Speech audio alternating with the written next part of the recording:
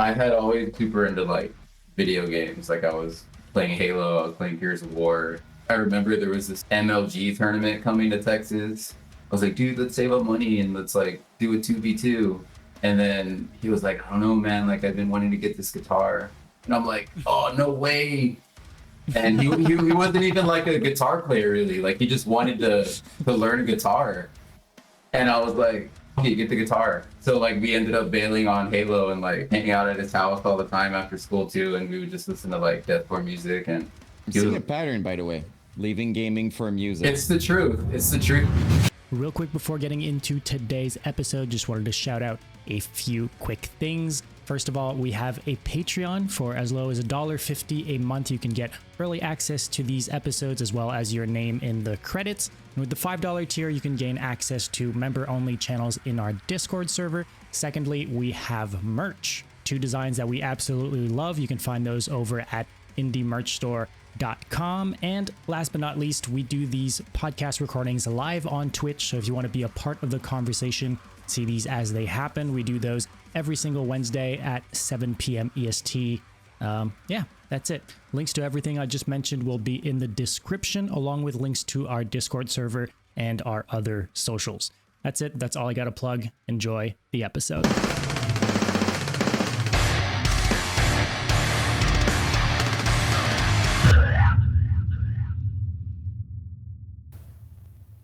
Joseph, my man, how are you doing, man? Welcome to the stream. What's good, man? Just chilling, man. Grateful to be on here. Thanks for having me. Of course, man. That's I was saying that earlier in the show.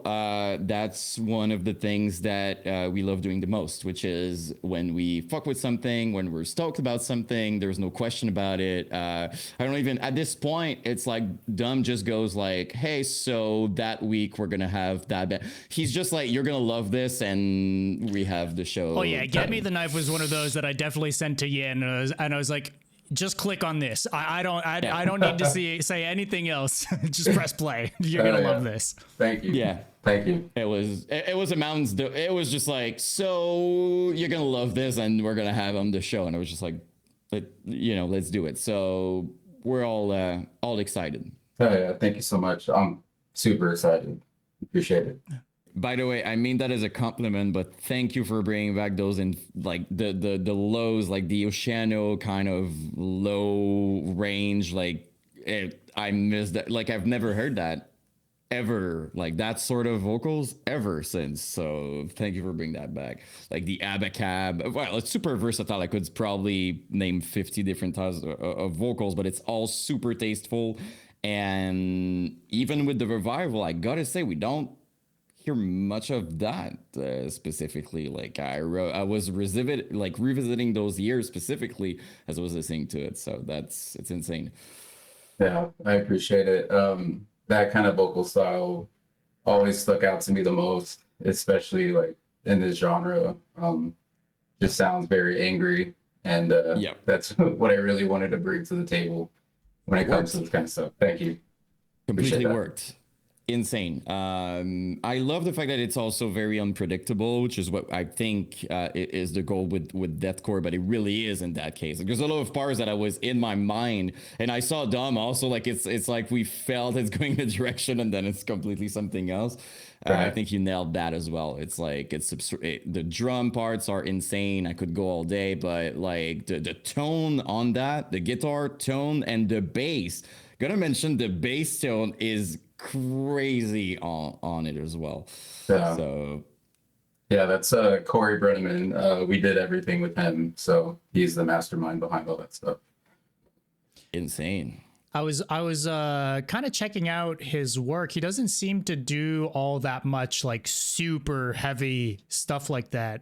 Yeah.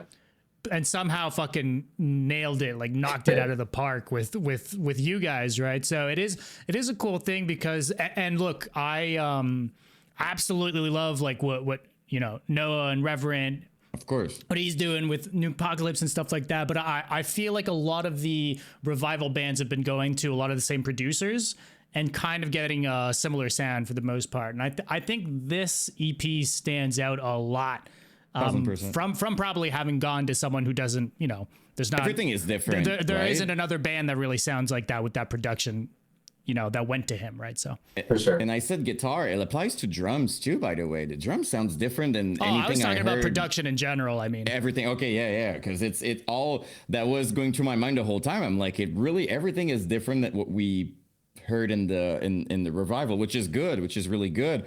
Yeah. Like the snare is snare is absolutely insane. But I love that it's like you guys picked each, like, I was hearing the guitar tone. I was like, that's different. And I was paying attention to the bass. I'm like, that's also different. And everything seems to be. You said earlier that you wanted to do something different. I think you nailed it, because it doesn't sound like anything I've heard. So Thank you. That's really awesome to hear. Yeah, because you know, we did our demo and it was very raw. And whenever, you know, this continued as like a full fleshed out band, I was like, okay, well, we're gonna write some new stuff. How can we walk that fine line of, you know, the raw production and not make it too modern, but at the same time just really hone in on, like, on our own specific kind of sound with it. And I guess you guys really just got it and understood and picked it apart, and like in every sense possible. That's what I was going for, and it's really cool that you guys understood that. So. oh yeah, man. Thanks. I mean, look, the music speaks for itself. We're just, you know, we're just two dudes with a set of ears, you know. So, but I gotta mention, look, Jan's like listed off all the different parts of this whole thing, but I gotta give a special mention to the bass drops, dude.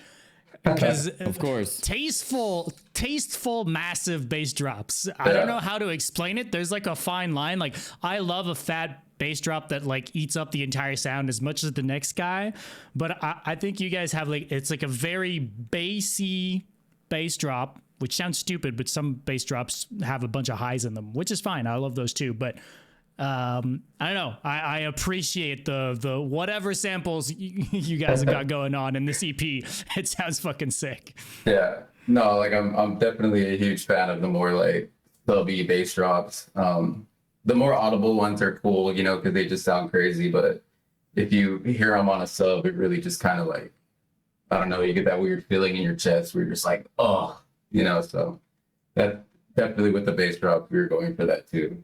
And with placement, you know, like some you wouldn't expect, and then some you do expect. It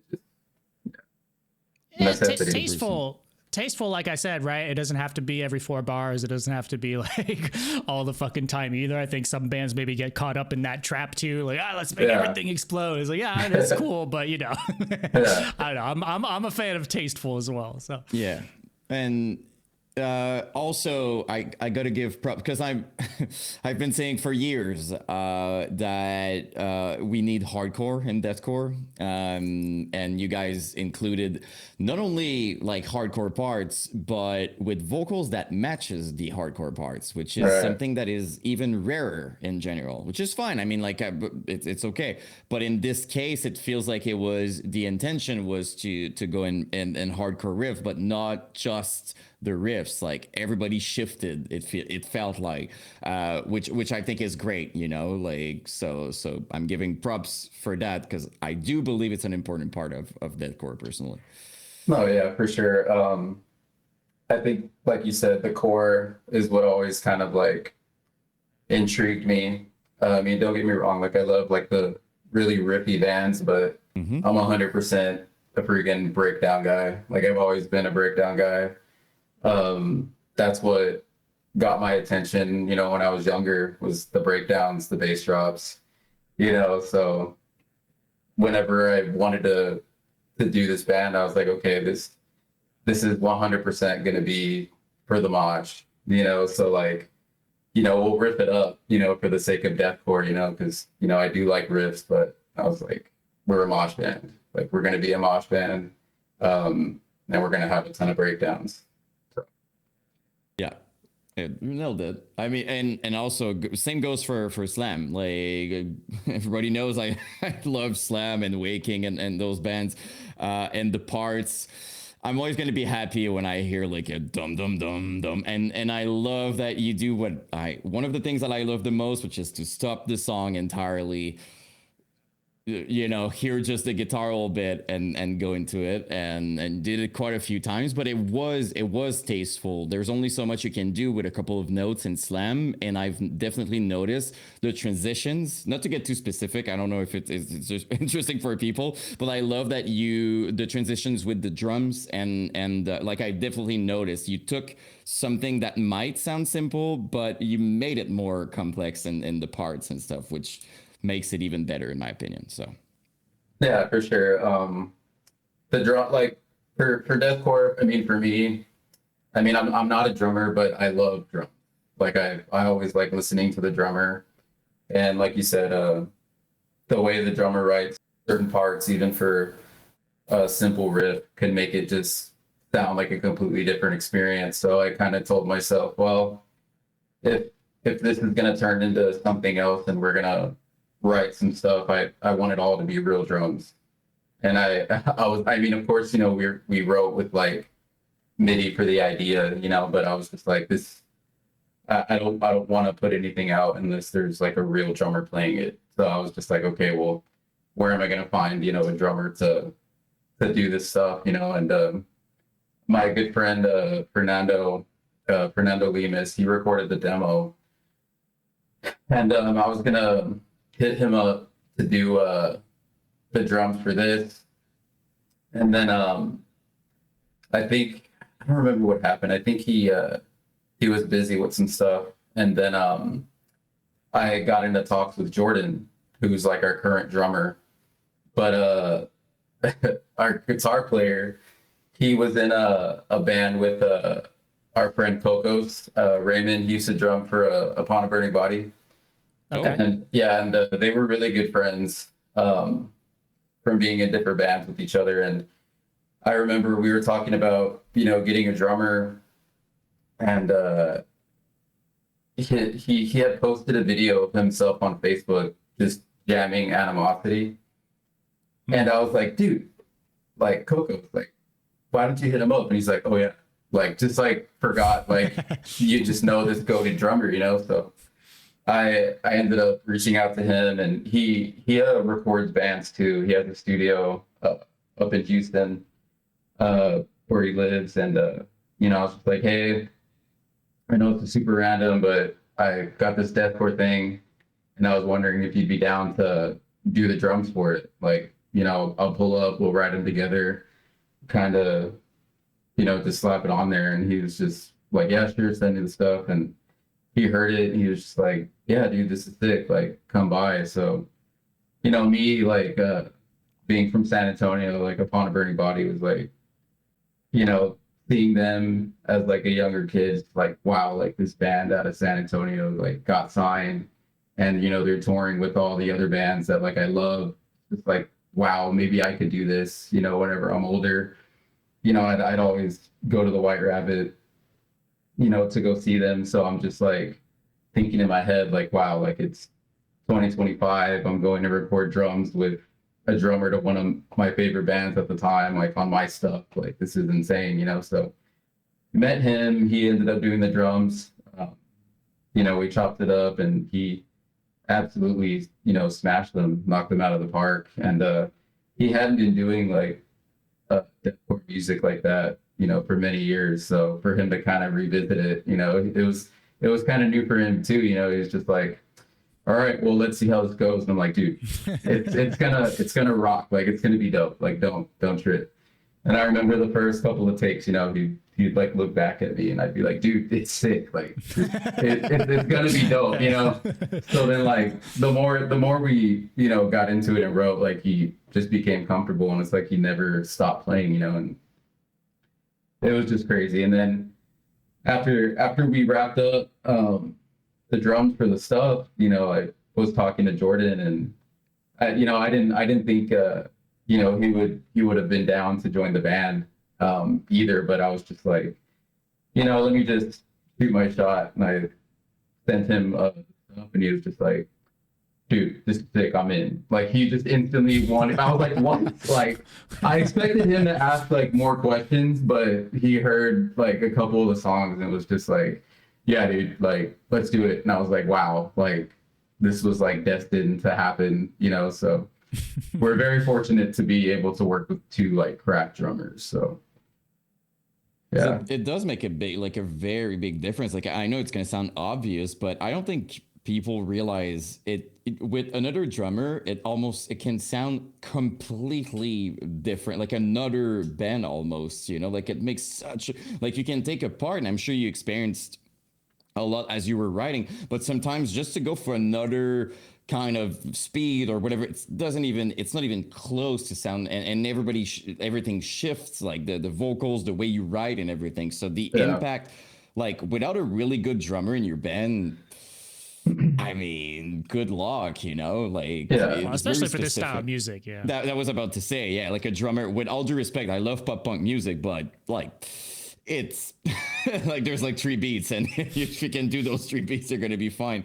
But in deathcore and that specific kind of music, like if you don't have that, you at the very least, you're going to be limited. If you have like a drummer who's kind of okay, you're going to be limited in a lot of aspect, and you can hear it in your recording. That's why I'm pointing it out. Like I've known all the rows, the different direction, the stop, the kind of half beat that me and Dog really love, like the kind of we call it like the Demolisher kind of like time shifts and stuff, and it's awesome, but not everybody can play that. Tempo changes are underrated. It is in metal in general. 1000%. But I love when you can, like, you feel the beat go slower, right, when it goes into like the next riff or whatever, and like the dynamics of having things speed up or slow down and stuff. And that comes with having a good drummer, because I think most drummers, if not, will just, you know, play to a single BPM all the way through, and that's it, you know, call it a day. Yeah, for sure. And like I said, just, you know, working with Cocos was so cool, because, you know, he was open to anything. Just like, okay, like, what are we gonna do? And we would kind of bounce off ideas off of each other. He wasn't really like, yeah, I'm just gonna do this, you know, like, just kind of be selfish about it. He was just like, all right, let's do this. And he listened to my silly ideas, you know, but because there were times where, you know, I'm just like, yo, that'd be sick, but like, can you blast for like 2 measures and then do a quick thrash part and then go back to blasting and then hit the ride? And he's like, you mean like this? And I'm just like, no, like this. And then I could tell he didn't really like, he was like, okay, well, let me try it. And then he does it and he turns back around. He's like, all right, like, I see what you're talking about. You know, it's just the little fine details like that are like really cool. And, you know, I listen to, like I said, you know, a lot of bands, and I pick it apart, and I'm just like, you know, the little things matter because they hit you the most. Like, you're just like, oh man, I see what they did there. Like, they cooked, you know. I'm sure the opposite happened too, right? Like you had an idea, and then he just exceeds your expectations by like a million. Like you're like, what if we do this? And he does something, and you're like, yeah, that's actually way better than what I had in mind, type thing. Of course. Like there's this section, because the EP, we did like our promo that we dropped, like we did all those songs like together, and we just kind of split them off into different releases. But yeah, there's a section in one of the songs where I was like, yeah, so you should blast for this section at normal double pedal and then speed up the pedals, do a fill, and then go back into a thrash. And then he's like, all right.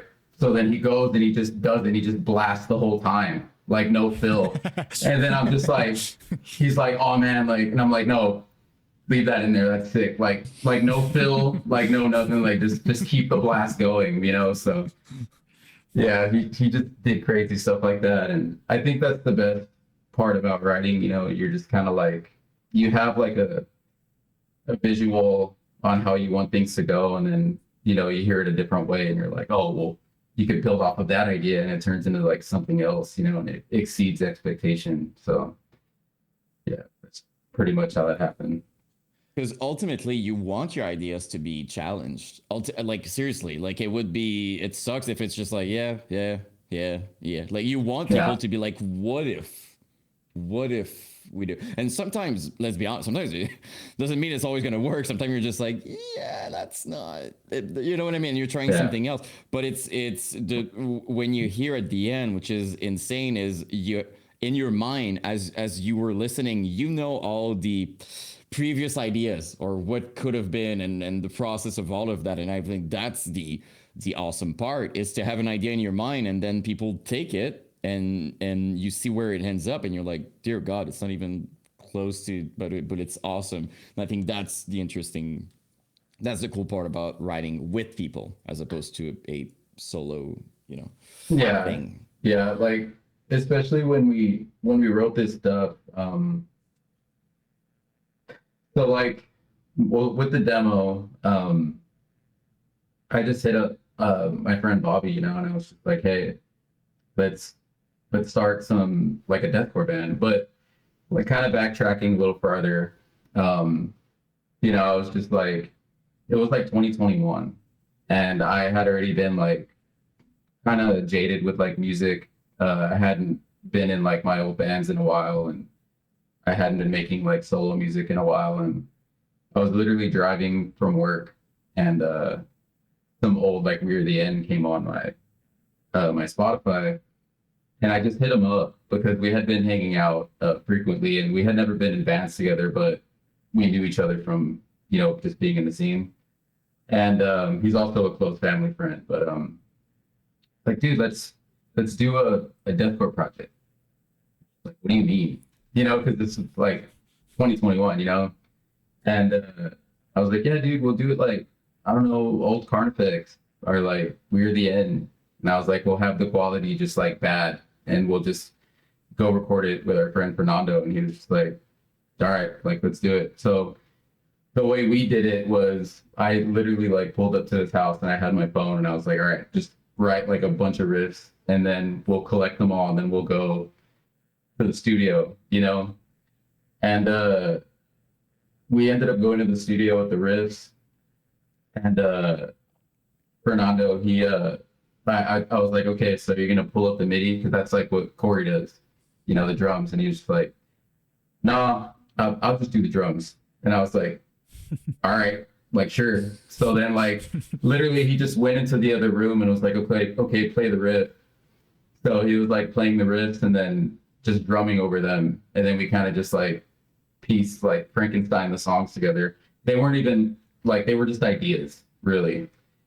And we had those songs, like, they weren't mixed or anything, like, it was just like raw, whatever. And he was like, all right, cool, just schedule back the days, like, you want to come back, and we'll do the vocals, and then I'll mix these, like, I'll make them sound like really good for you, whatever. I was like, okay, cool. So then I got sidetracked with some other music stuff at the time, and I put that project like on the back burner, and I just never went and did vocals on it. And I just kind of was like, well, maybe it's just, what was I thinking, So then, even Bobby would hit me up sometimes and be like, hey, are you ever going to do those vocals? I'm like, hey, yeah, and just I'm doing something else. And then I never did it. But well, I guess we'll get back into like how it came later on. But yeah, like, once we started this new stuff with Corey, Josh, our guitar player, it was just me and him.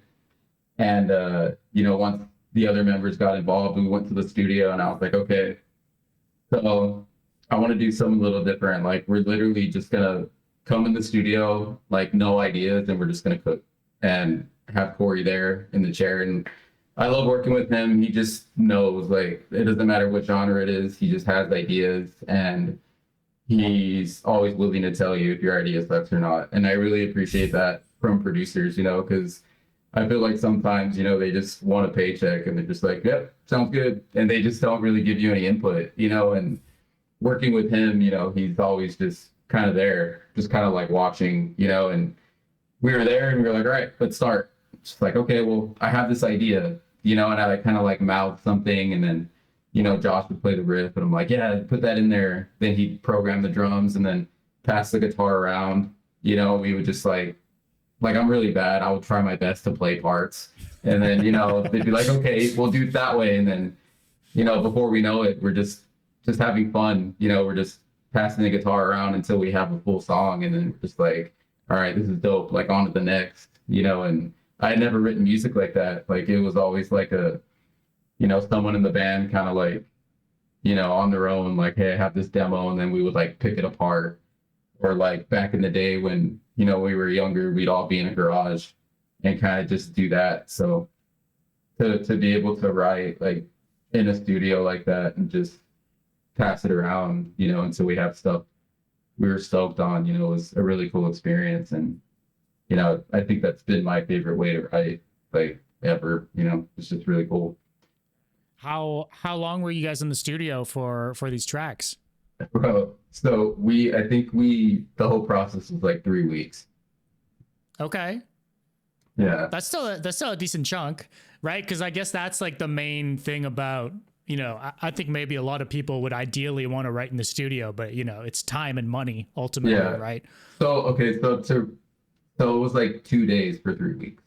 So I guess technically it was like maybe a week. Okay. Yeah. Kind of like a week of sessions. Yeah, there you go. Okay, that's okay. Well, in that case, then that's actually pretty quick for like fully like fleshing out writing songs from scratch and getting these all done. Yeah, so we did the instrumentals, and then he was like, "All right, write your lyrics, and then hit me up, whenever you want to record them." So I was like, "Okay, this time I'm gonna write my lyrics." So like literally like the day we got done doing that, I started writing the stuff. I'd just get off of work, and then once I was done with everything at the house, a couple hours every night, I would just write. And I think it took me like 2 weeks, I think, to have the lyrics done. And then whenever we went back to the studio, I think it took me like 4 days to do all the vocals. Is it like an easy process for you? Like, do you do something to like kind of get in, I don't know, like in the zone or something? Like, do you like, I'm curious about the process for you. Okay, so honestly, no. Like I just go in and do it. But it wasn't like, so I had been doing like a bunch of like clean singing music for a while, and I like told myself, oh, I'm just gonna sing. Like I'm not really gonna like scream anymore. And I would very, very seldomly do like a scream. But it wasn't anything like this, and whenever I wanted to do this, I obviously told myself, well, I got to see if I could still do it, So like whenever we went to go do the demo, I recorded vocals with Corey. So let's just fast forward to 2025, like beginning of the year. Like I hit him up on a whim. I was like, hey man, do you got time? Because he gets booked up pretty quick. Like, hey, do you have a day? And he's like, yeah, I actually do. And I'm like, okay, can you book me? Like I want to try some stuff. He's like, all right.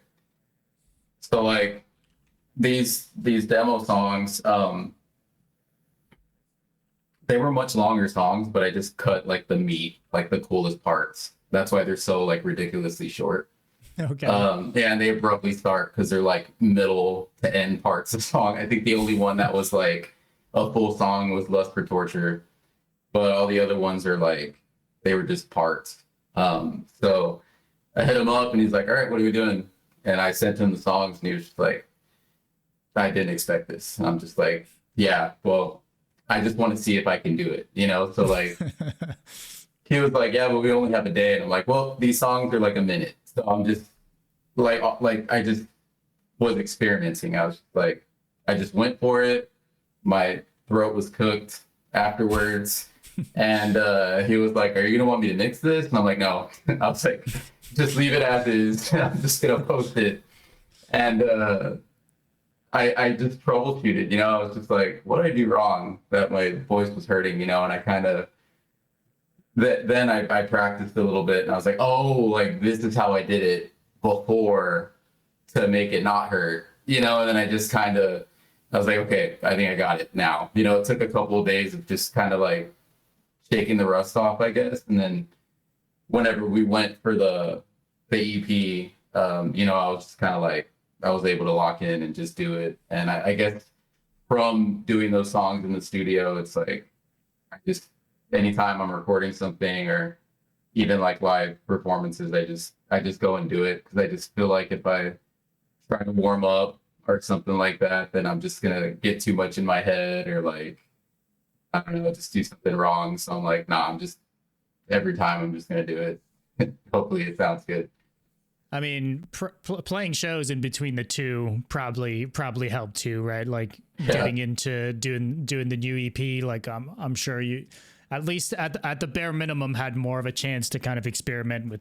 You know, I'm assuming you guys jam a certain amount too, just jamming and playing shows. Yeah, yeah. Our first practice session, you know, it's like a big difference from tracking a song and then like performing it in full. You know, so like we all got together collectively to jam. You know, we ran through the set and just looked at each other, and I was just like, yeah, I need some exercise. You know, like just even with the 2-minute songs. yes. I was like, it didn't make sense to me. I'm like, why am I so winded right now? Like, and I mean, granted, like I didn't practice on my own before, you know, our band practice. I was just like, oh, I'm just gonna go and we'll all kind of be vulnerable to each other, you know. But because I think Josh, you know, he had been rocking like just consistently, you know, for years. Before Give Me the Knife, like it had been like a solid like over 10 years since I played a show, you know, let alone with a band. So it was, you know, I hadn't performed like metal songs like that. So, you know, it definitely took like some conditioning. And, you know, like, you know, once we practiced more and more, it's like, okay, it's going to be fine. You know, my body just had to get used to it. But I guess to answer your question with this really long answer, I just kind of go in and then I have like a visual on what I want to do vocally, and then I just go for it. And if it sounds weird, then I just move on to the next idea and just keep trying until it sounds cool. Do you usually have like a time to like, depending on I'm guessing it depends on the vocals themselves, but like, do you usually just kind of do it for a bit and then you're ready, you're in the zone, it sounds perfect? Or it's like you can, some vocals you can just do it and it's already going to be as you pictured it? It's like a mix, I guess. Like for a lot of the really low vocal, it does take some experimentation sometimes, like especially when you're like recording it. Because I feel like if you're just performing a song live, you already know how it sounds in the song you did, so you know you just do it. But you know, when it's just you and the instrumental and your idea hasn't gotten out of your brain yet, you're just kind of like, okay, well, this is how it sounds in my head. I'm gonna do my best to make it sound like that, you know. And then, you know, sometimes it takes a couple of takes, but other times, you know, you get it right, you know, the first time, and you're just like, okay, on to the next. Like you don't want to overthink it, and that's where, you know, Corey comes into play too sometimes, because you know, I'll do a take and I'm like, no, let me redo that. He's like, no, like keep it. I'm like, dude, I know I can nail it a lot better. And he's like, no, bro, like it sounds authentic. Like you're gonna redo it, it's gonna sound like less human. And I think that really stuck with me, especially with this kind of stuff, because you know, I'm all for like technique and stuff like that, but you know, just sometimes you want to hear that strain in the yell, you know, like you want to, you know, hear like the pissed offness, I guess, of the part, you know, and sometimes you have to hear like the vocal strain, like you don't want it to sound too clean, you know, and I'll hear it back and I'm like, all right, you're right. Like, I'm not even gonna fight it. It's more natural sometimes, Yeah. you know, like I'm sure it happens to you, but sometimes you do something, it's kind of, you didn't think about it. It was just kind of an almost like emotional, instinctive, and then it's better than your other attempts while you're thinking and you're trying, you're just like, that was actually just better as I, you know, I did it like I felt at the moment. Didn't, sometimes it's not even in your mind. It's not the take you're gonna actually keep. You're just doing it. And that's what ends up on the record. So it sounds crazy to say sometimes you need to not think, but it's actually true. Sometimes that's the way to do it. Yeah, totally. I like the idea though of of kind of imagining a sound or a thing that you're going for and then going for it. Because I do think that most people, and especially if we're talking like deathcore, I think a lot of vocalists are kind of like high, low, maybe there's mid. You know, most people will just kind of have their ranges that they know they hit. So I think most people aren't really experimenting all that much with like, oh, let's try this. I have this sound in my brain. Let's try and get it out. Like most people, I think, are just like, oh, let's do a mid here, and then they do their mid. You know, so I think that's like a cool approach to fucking around with stuff and constantly trying some new stuff. And I don't think it comes off either as like, because I think that could easily fall in the territory of like not vocal Olympics, but just like doing too much, you know? Yeah. To be like all over the place with like the styles of vocals you're doing, but it's super tasteful in what you guys do. So it's cool to have the diversity, but it's all, I don't know. There's still like a through line in like your voice that kind of goes through it despite like it taking in different places. Yeah, for sure. I don't know. I guess whenever I wrote like the parts, I wasn't necessarily writing like with the goal of like, oh, like let me do this crazy thing to like impress. It was more of like, I think this just will sound insane for the part. Let me try it, you know? And I guess like it kind of unifies all the vocal parts like cohesively, you know, rather than like, okay, well, there's this crazy drop, like I'm just gonna do like this gnarly just yell. You know, of course, you know, you're gonna have those parts where it's like, all right, I gotta do a guttural here, you know, but you know, it's just not every single breakdown, you know, it's just let me do this crazy vocal pattern here and then blend it with this part, you know, like I don't know, it's weird. Like there's a whole bunch of like cogs that are going through my head whenever I'm hearing an instrumental. I'm just like, all right, where do I start? Like I want to do this and this and this, and I'm just gonna try it, you know, and sometimes it works, sometimes, you know, it just keeps going. But yeah, but I do agree with Dom in the sense that it would be normal for a vocalist to want to, I don't know, showcase everything you can do. Let's put it that way. But if the whole time you're going all over the place with your range, then first of all, you lose all the impact, like 100%. That's what's going to happen.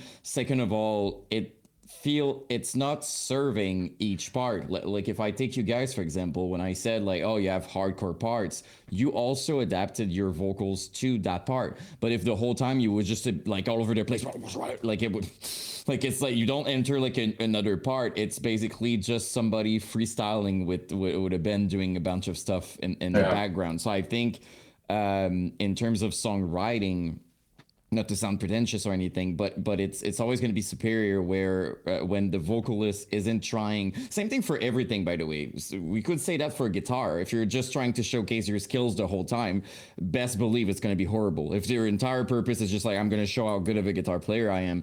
So it's about serving the song, and it feels more like a story is being told in that way. It feels like chapters almost. And what we heard tonight, it was like that.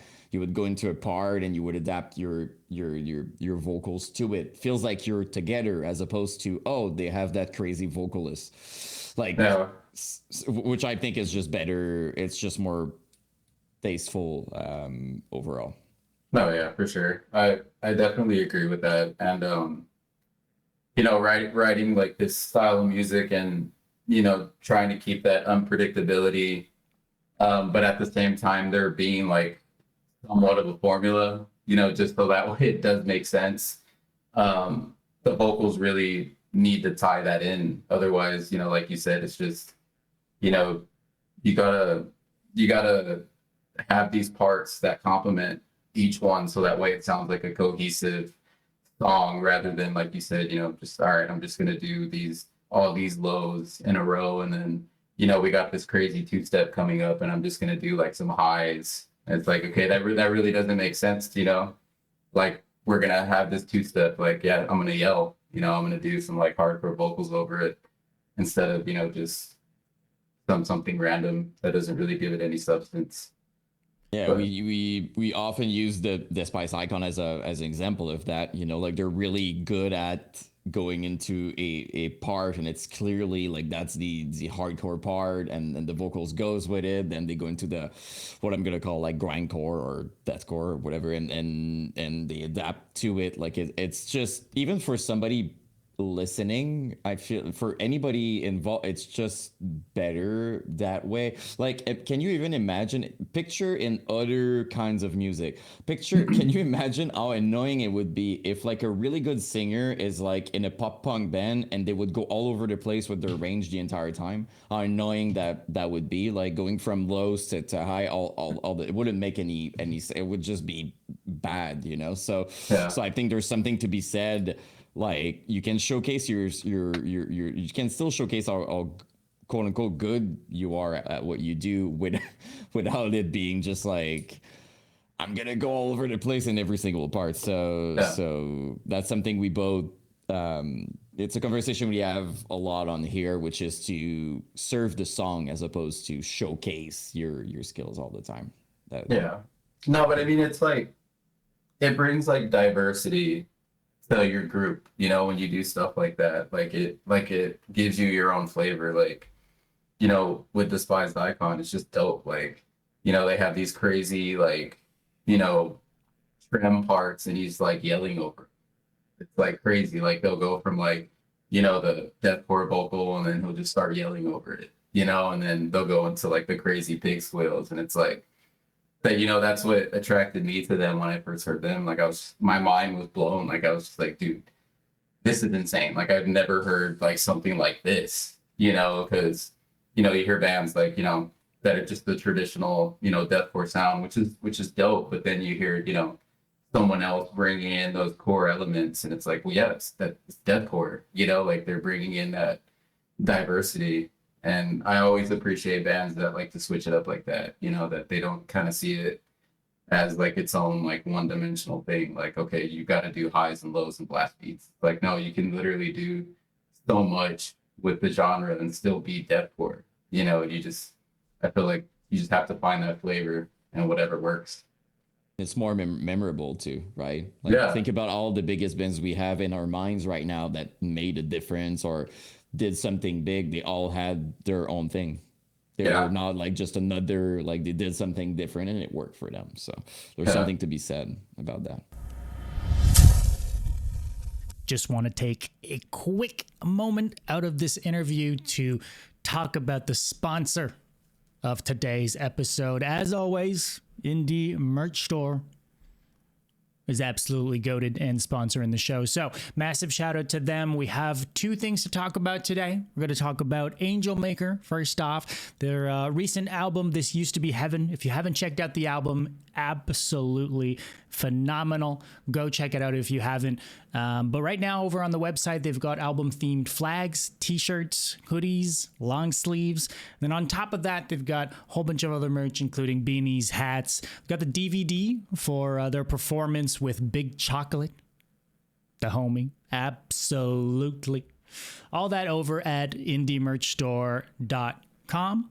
And they've also got a tour coming up with Shadow of Intent, Mental Cruelty, and Synestia. Absolutely crazy lineup. Do check the dates out. But all those bands actually have merch over on Indie Merch Store. So do check it out. The other thing we have to talk about is Cryptopsy. 30 years of None So Vile. That's kind of crazy to say out loud, but here we are. So for the occasion, they've got a couple things going on. They have a pre-order right now for the absolutely iconic shirt, the None So Cute t-shirt. So those are on pre-order right now over at indiemerchstore.com. And they've also got a bunch of quote-unquote regular None So Vile merch, if that's more your thing. But yeah, all of that over on the site. And they've also got an upcoming headliner tour where they're celebrating the 30 years of None So Vile. They're going out with Necrot, Fulci, and Blood Monolith all over the US, and a couple Canada dates in there as well. So that's all the shout-outs we got to do today.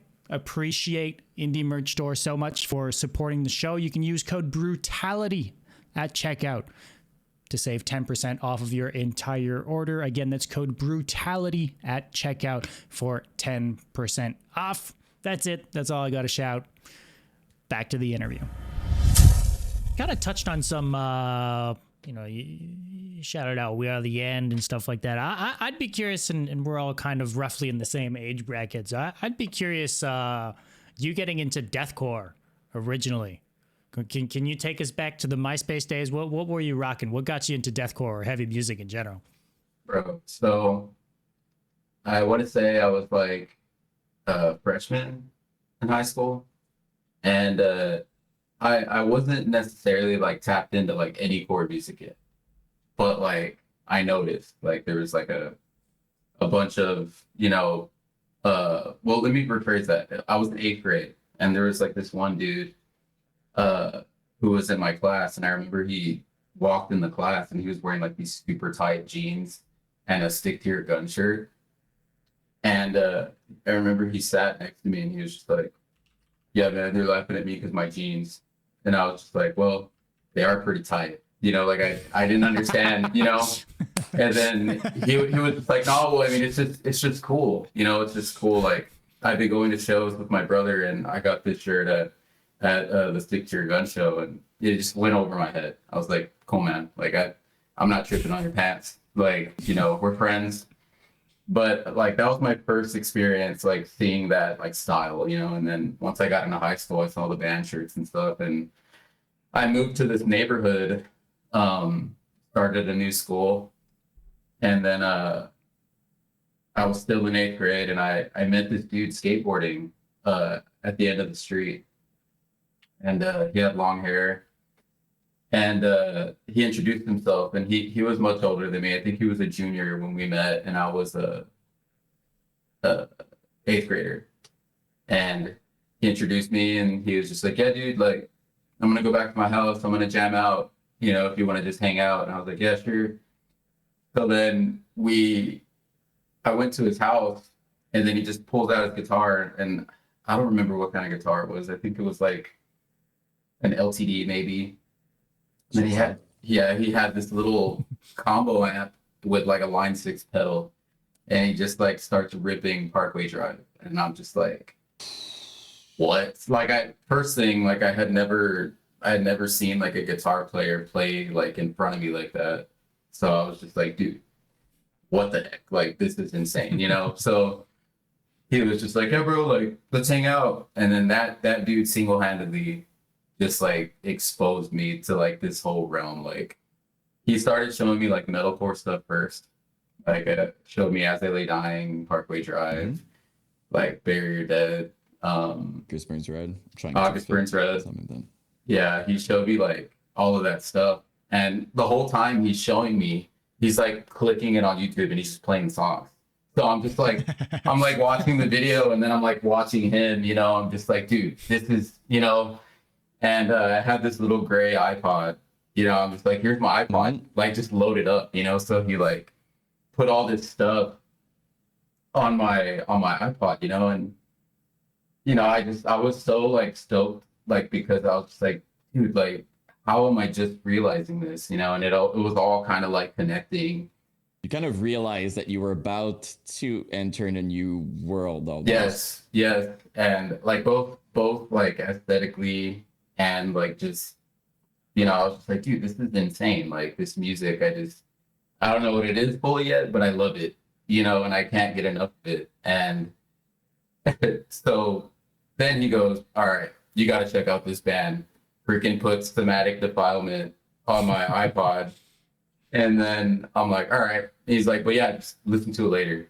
So I'm like, okay. So I go home and I'm just like chilling in my bed. And then I like press play. And then I just listen to a couple seconds and I like pause it. I'm like, "Yo, this dude's the devil." Like this, like this is crazy. Like compared to listening to like As They Lay Dying, like I'm hearing that. I'm just like, this almost feels wrong listening to it, And I just had the headphones loud and like I was just hooked. Like once I found out about Whitechapel, he was just plugging me with like other bands like Carnifex and Impending Doom. I remember it clearly. Like I went back to his house and I was like, "Dude, this band is insane." He was like, "Check this out," and like puts on Silence the Oppressors, And I'm just like watching the video and I'm just like, I need like everything, I need this. Like, I mean, I still like the metalcore stuff, but it's like this gave me that feeling where I was just like, oh my God, like I just need, and this was before I had even gone to a show yet. Like, so I hadn't even experienced that live, you know? So I was just like, you know, my parents were kind of strict, so I wasn't able to really like just go to shows like that. So like this dude, you know, he was much older, so I was hanging around him a ton. And I remember there was this night, I think we had, you know, we hit it off pretty well. And then I knew him for like a solid like year. So I was like, you know, listening to all these bands. And then finally, like my time came to like go to my first show. And like uh, we were listening to Within the Ruins. They had put out that album with that song Tractor Pull on it. Yes, I think it was called, Creature. was it called Creature? Yeah. Yeah. So he played that, and I was like, dude, this band's sick. And then there was this other friend of ours, his name was Dave. He was like, oh, I think they're playing at the White Rabbit tonight. If you want to go watch them. And I'm there, and I'm just like, I don't think I could go, you know? And then like, they were just like, oh, come on, man. Like, your parents think you're here. Like, you'll be all right. You know, it's late. And then in my head, I'm like, I want to get in trouble, you know, but I was just like, I was like, but I want to see this band. So I was like, all right, let's go. So we freaking pull up to the White Rabbit, and I'm like hooked. Like I see all the people I see like on MySpace, like in these videos, like in front of me, like a whole scene, you know? So I'm just like, dude, there's other people that look like me, you know, like this is crazy. Cause like, I mean, at my high school, there was some people, but they weren't really tapped into like that aesthetic fully. So like just seeing people there, like in a live setting before I even saw a band, I was just like tripping, you know, and like, My people. yeah, yeah. And the craziest thing is that freaking show was like, Within the Ruins, Attila, We're the End, King Conquer. So like I like experienced all that like in the same night. So like I think We Are the End open. I want to say I'm not sure, but I remember I walked in and I got my first like, I don't know if y'all remember, but when they're sound checking the 808. But you like hear it, and then that was like everybody's cue. All right, I gotta go inside. You know, so I'm just like, and whenever they would sound check there, it would like shake the place because it was like you'd walk in, it'd be like a courtyard, and then there'd be like a side stage, and then like the main stage where you'd walk in. So like you'd be standing outside, and you'd hear like the main stage area shake, like the doors. So I heard the bass drops, and I just got goosebumps, and I was like, all right, like first band I'm gonna see, you know. So I'm like standing there like a dummy, like in the middle, like where the pit usually is, you know. I'm just like, I'm just standing there, and they're sound checking, and I'm like, oh wow, like this is amazing, you know. And they're like, all right, we're good. So then they had like this silly intro. It was like dance music or something, and I was like, oh haha, that's funny. And like before I could even comprehend what they were doing, it just dropped into Dear Diary, boom boom boom boom boom, and I just get smacked. I like fly across the room, and then I stand up, and then like when I stand up, it just drops into the breakdown, the dun dun dun with the 808. And I'm just like, oh my God, like I'm in heaven, you know. Like it was the craziest thing, like seeing like the moshers, and then seeing, you know, them, like my first like just seeing them like live, you know. That's how I found them, you know. Then I was able to, you know, put them on my iPod afterwards, and then, you know, also seeing, you know, King Conquer, you know, an insane band as well. And then vocals too, King Yeah. Conquer. I mean, dude. Yeah, like I literally just could not believe it. Like, I mean, yeah, I went for Within the Ruins, you know, and it was awesome seeing that, but I just like got exposed to like these like ridiculously like heavy bands in the process, and then, you know, getting to see Attila, like I think that it was before they even had that Rage album yet. So it was, they were just playing like Soda in the Water Cup, you know, and it's just like, I need to go to more of these. Like, So I always think it's crazy because I had never gone to like any like big shows either, just because my parents were strict. So like my first experience at a show ever was like We're the End. And it's like, what was your first show? Oh, We're the End. My first show ever. And it's like, it's crazy. The real question here is, did you get grounded that night? Yeah, I was about to ask how it was No, perceived. they never found out. They never found out. They will now. So Yeah. But I mean, like I don't know. I think eventually, like I just, told my parents, I was like, I want to go to these shows. Like they're sick, and I was getting older and they were just like, all right, so I was able to start to go to more, but, poses the problem of just like not having an infinite cash supply to like go to these shows and like cash out on merch, But after that happened, I was always wanting to go. And then, one of my best friends, we were good friends in 8th grade. And, once we got into high school, like I didn't even know he listened to this kind of music, which is weird. And he was just like, yeah, I've been listening to, Carnifex. And I'm like, you like Carnifex? And he was like, yeah. And I was like, dude. So we started hanging out at his place a lot. And then literally like, we would just check the calendar at the venue and be like, all right, what shows are coming up? So I would literally ride the bus with him at home and we'd like just hit up a show and I'd crash at his place. And then, wait till the next week. Cause there were shows all the time like that were just coming and we would try to go to like every single one. And those are like those days are like, were some of the best days of my life. It's literally like, we just hang out at school, talk about music, go to his house, play Halo all day, and then we'd freaking go to the show and then, repeat till the next show. Sometimes we had back-to-back shows. And all the while, we were getting exposed to like more and more of these bands. Like a big way I found out about a lot of bands was he put on Last FM, and like he would put up the app on the 360, and we would just eat, and he'd put on Last FM like an artist, like say like he would just put on like back when you could actually listen to music on Last FM. Yeah, it was so cool because like he would put an artist on like Whitechapel or something, he'd play a Whitechapel song, but the whole time it's playing the song, it's like a collage of their promos. So then it would go to like the next artist and it'd be like, oh, who's this? Like that's how I found out about Angel Followed With. Like they just randomly came on there. And I was like, dude, this band is sick. Like check the calendar. When are they coming? What? They're coming with Arsonists Get All the Girls? How am I gonna go to this show? And I would just find a way. Like I remember, I think it was for that show specifically, I was like, I have to see this band. Like I need to see them. And I had just gotten like Modern Warfare 2 for Christmas. Oh and my God. Yeah, and I was just like, I'm sorry I have to do this. And I like went to the pawn shop and I was just like, hey, like I need some money, and I'm just this kid, And I remember one of the clerks was like, he like looking at me like, bro, this just came out. He like, you know what you have? And then one of the dudes was just like, I mean, I'll buy it off you. And like his boss looks at him and he's just like, I mean, whatever. So he walks away and I'm just like, all right, well, $40. And he's just like, all right. And that got me like in the show and I got to get a shirt. So I'm just like, mission accomplished. Ooh, those were the days where $40 would stretch you a concert ticket and a t-shirt. Woo, yeah, now you can barely eat at McDonald's nowadays with that.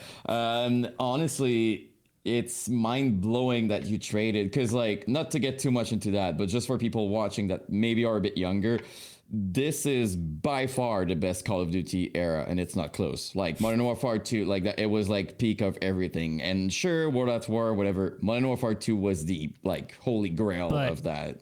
But And Followed With was just that much better. That's man. very valid. Yeah. That's very valid. But it goes to show, I'm giving context, because he didn't just trade like a game. Like in the prime of that game, he traded that to go to a show. Like I'm saying that because it's a big deal. It's not just like an old game. It was the prime of it. So it was worth it though, because then Hell Followed With, we keep saying it, one of the most underrated by far from that era. Yeah. They do the hardcore well too.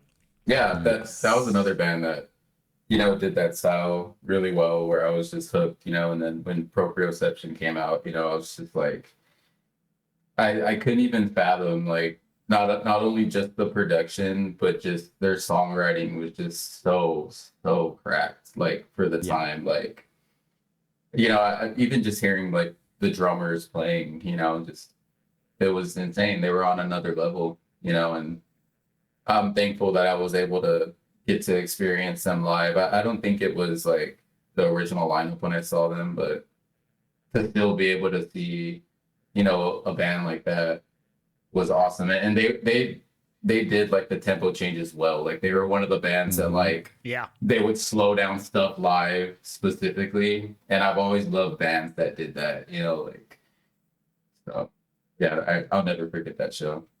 Yeah, and you're right about the songwriting. To me, the way I saw it is it's the kind of bands, and especially like Proprioception, you could have shown that, and maybe I'm wrong. Maybe I'm gonna get insulted for that. But I feel like you could have shown that to like someone who's more into death metal, maybe outside of deathcore, and they could have respected it because it was so well written and well structured.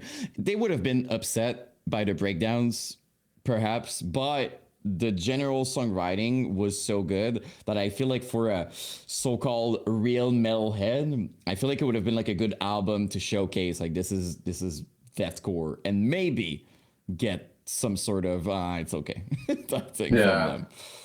I don't know, that album is so good. Like sometimes, I'll listen to it still and I'm just like, dude, this solo is insane. Like, and I mean, I don't not like guitar solos, but like the way they pull it off, it just sounds so like cohesive, where it's like, wow, this belongs here. And they even have like some of the ambient like leads that are like solo hybrids, and then it just goes into like a gnarly like just thrash part. Yeah, that's it's to me it's all about the melody. Like there are like everything we've just been talking about, from songwriting to the solos and all this stuff. Everything they've done has the melodic through line to it.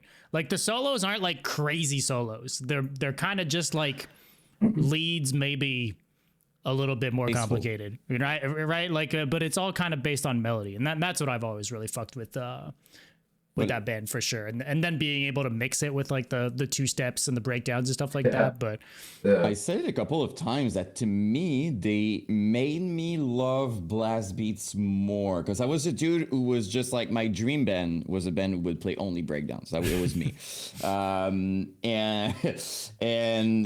still you. I remember, it's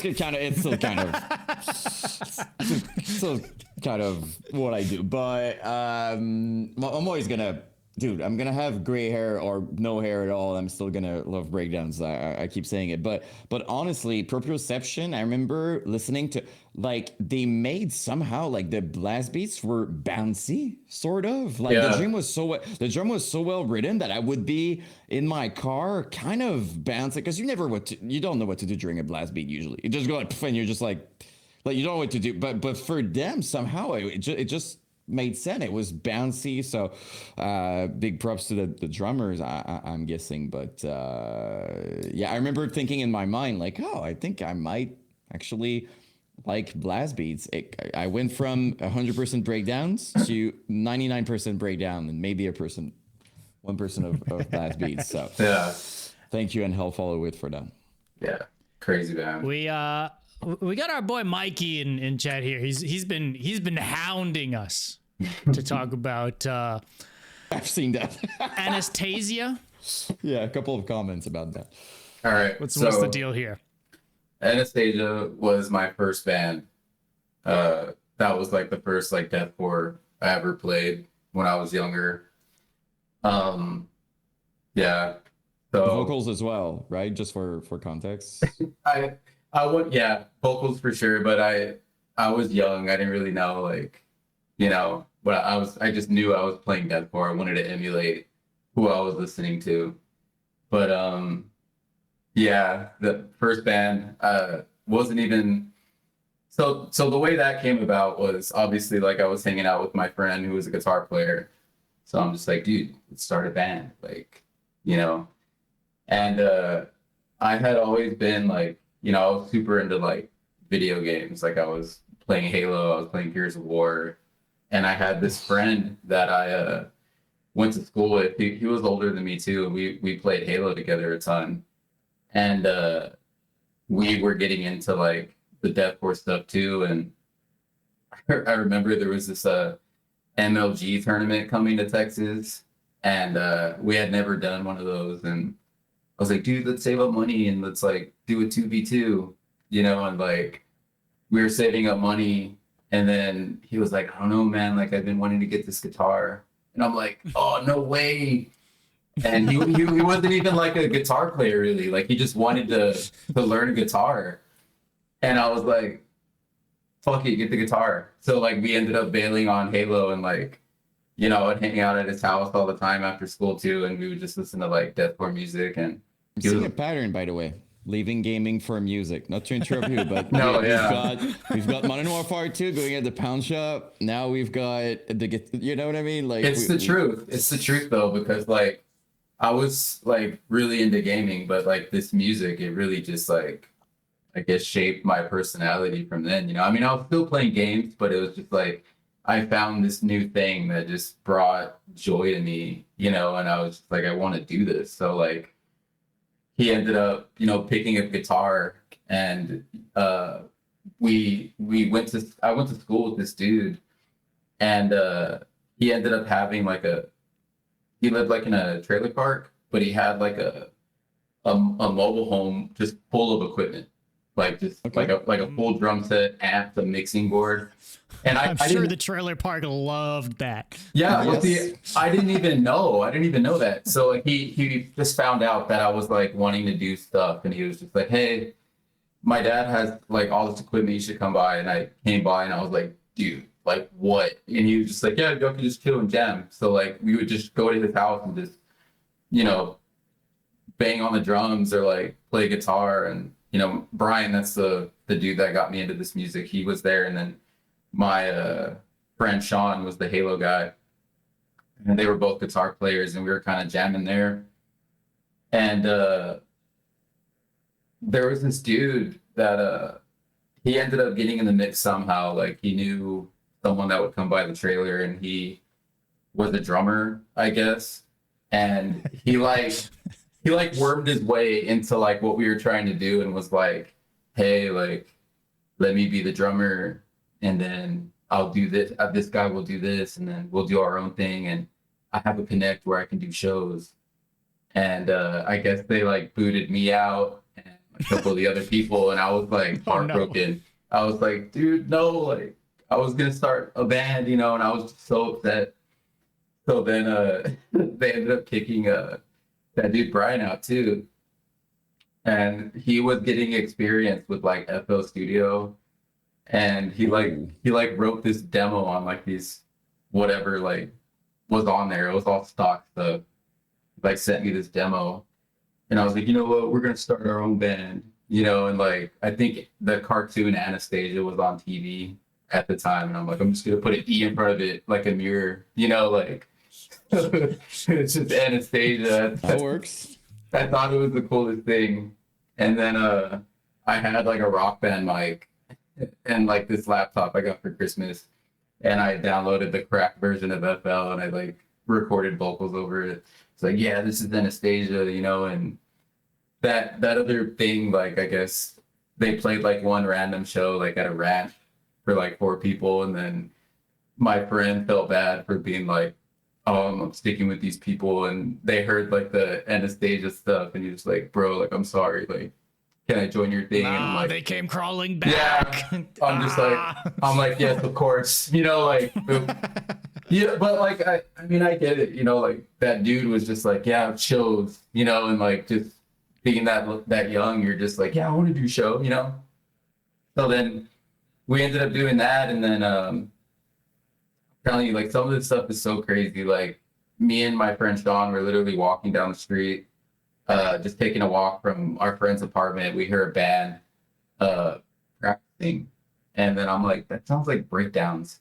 So we just like followed the sound, and like we see a band practicing on the porch, and I'm just kind of standing there, like just watching, you know, and we're just like, dude, like this is crazy. Like this band's like pretty good. And then you know, I'm just like, hey, y'all are sick. Like, and that was that. And we were gonna walk away and I just hear Joseph. And then I turn around and then it's my friend Leonard. And we went to like preschool together. And we had known each other since like I want to say like maybe fifth grade, and then I went to different school. But I was like, dude, what the heck? Like, you play this stuff? And he was just like, yeah. And I was like, man, this is sick. And we exchanged numbers. And then I invited him over to like hang out with me and my friend Sean. And I was like, bring your guitar. So he came, and then I had my crappy laptop with my Rock Band mic, and we just wrote music. And he was just like, I want to do this. And I was just like, yes. So then we just, you know, ended up crafting this band. And then, yeah, I got our first show. And then, you know, after that, you know, we just kind of started rocking from there. I think we continued to do like that, like deathcore kind of style till maybe like 2011 maybe. And then I got exposed to down tempo music, and it like just completely like shattered my existence with music. Demolisher specifically, that band like really just changed my perception on music. But yeah, Insane bands. Wait, I was tipped off that there was some audition of some sort or something to do with you and Demolisher. okay. So I've never told, like, I mean, just my close friends, but so I would, you know, I was that guy sometimes, like, hey, I really love your band. Like, you want to check out my band song, you know? But because I just wanted to hear what they thought, you know? Because Nick Terrell, Demolisher, he's like one of my favorite vocalists of all time, and I really feel like he deserves like a lot of praise because his style of vocal, like I have not heard someone match that cadence or like that sound. And when I heard that, I was hooked. I mean, I knew Demolisher from, you know, like their EP they had before on MySpace. That's how, you know, my friend Sean sent that to me. But whenever they started doing stuff with Nick Terrell, it was a completely different sound. And it, I feel like, shaped obviously what was to come later. But back to the audition thing, I was obsessed with this band. I wanted to sound like that band. I was like, dude, this band is insane. So like I sent the page the song like, hey, like we just did this song, like, you know, what do you think?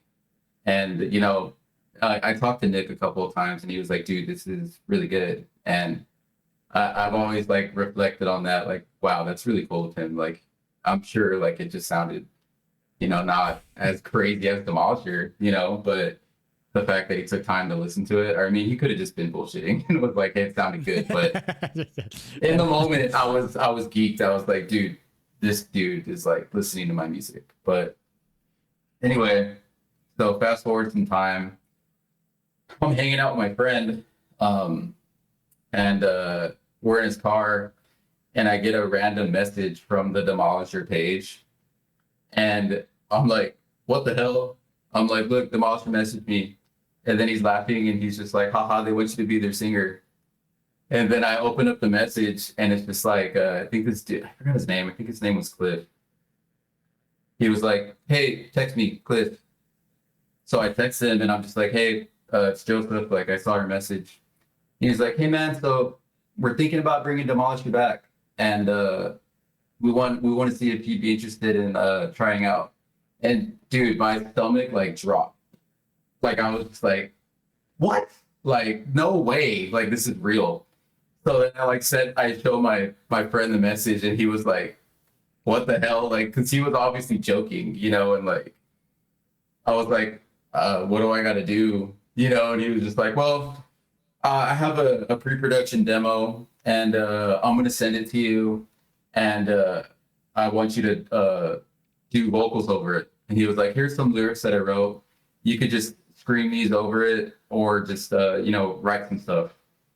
And I'm like freaking out because I'm just like, dude, like, and I think this was like it had to have been either end of 2012 or beginning of 2013 was the time they were doing this. So I still wasn't very like, I didn't have like my friend Corey to just pull up to the studio, you know? So I'm just like, where can I record these vocals? The rock band mic. Yes, yes. And believe me, like I kind of like looked at it and I was like, no, like this has to sound good, you know? You were just like, what? Also, all the video games I need to do. I was about to say, what console or video game am I trading right now? Yeah, so I was still in shock. Like I was like, dude, this is insane. But I'm also thinking like, dude, how am I gonna sound as crazy as Nick? Like this dude was a freaking goat, at least to Very me. specific too, very specific sound as well. Like it's intimidating when somebody sounds very unique on top of that. Like it's like, oh, like what do I do? Yes. So I was like, oh my god. So I'm just like, so I talked to my friend Brian, the dude that I used to jam with that got me into this stuff, and like, hey, like you have a mic, right? Like you do FL, like can you record me? And he's just like, yeah, sure, come over. So I go over and then I'm like tracking this stuff and I'm just like, dude, like I'm like overthinking it because I'm just like, I want it to sound good, you know? And I record the stuff and I send it to him, like whatever, here, like, you know, let me know what you think. Super nervous. I was like staring at my phone, like waiting for the next like message. And I'm like listening to it as I'm like waiting for the response, like hoping it fuck, sounds I can't good. unsend this. Yeah. Yeah. So then he messages back and he's just like, yo, all the guys love it. Like, and Adam really likes your vocals. And I'm just like, what? He's like, oh yeah, Adam Warren's managing us. I'm like, what the fuck? Adam Warren like heard my vocals? And I'm like, I'm tripping. Cause I'm just like, dude, like, what am I doing here? You know, so I'm just like, thanks. Like, I would love to be a part of it. Like trying to play cool, but in my head, I'm No just big like, deal. yeah. I'll have to check my schedule. Yeah, maybe. So, Have a Halo tournament, so we'll see. but no, MLG's rolling around. yeah, I was like, this is insane. And then he was like, yeah, like we want you in the band, you know, like we really like your stuff. And then what was so cool too is like, you know, I'll talk more about that album, but the way everyone heard that album was it leaked. Like I remember when I heard they released a single, I think it was Bloodthirsty Ways, and that was the song that like hooked me. And then I think they put out one other song, and then you know, there was this big news where like they signed to like Century Media, and you know, I don't remember how I like got the leaked album, but like there was like some drama with them. I don't know the specifics, but their album leaked. So it was like a very like rough copy that was circulating the internet, and that's the copy everybody had. And you know, that album was just on repeat, like every single day, just recognition, you know. And I heard it, and then he sent me the lyrics. Yeah, that's what I was gonna say. He sent me the lyrics, and he's like, okay, yeah, we never posted our lyrics anywhere, but here are the lyrics to all the songs. So I'm just like reading the lyrics to like Two-Sided Coin and like Deliverance and World of Hatred, and I'm just like, dude, this is what he's saying in these parts. And I have the lyrics. Like I just, like as a fan, I was just, you know, I was geeked on that moment. And so yeah, like, you know, we started talking more, and he was telling me his plans. Like, yeah, we want to do like this tour. And I'm just like, dude, like, but then he hit me with like this like crazy, like, he was like, yeah, man, but you're probably gonna have to like move down here. And I was like, what? And he's just like, yeah, man. By the way, you're gonna have to move. Like, yeah.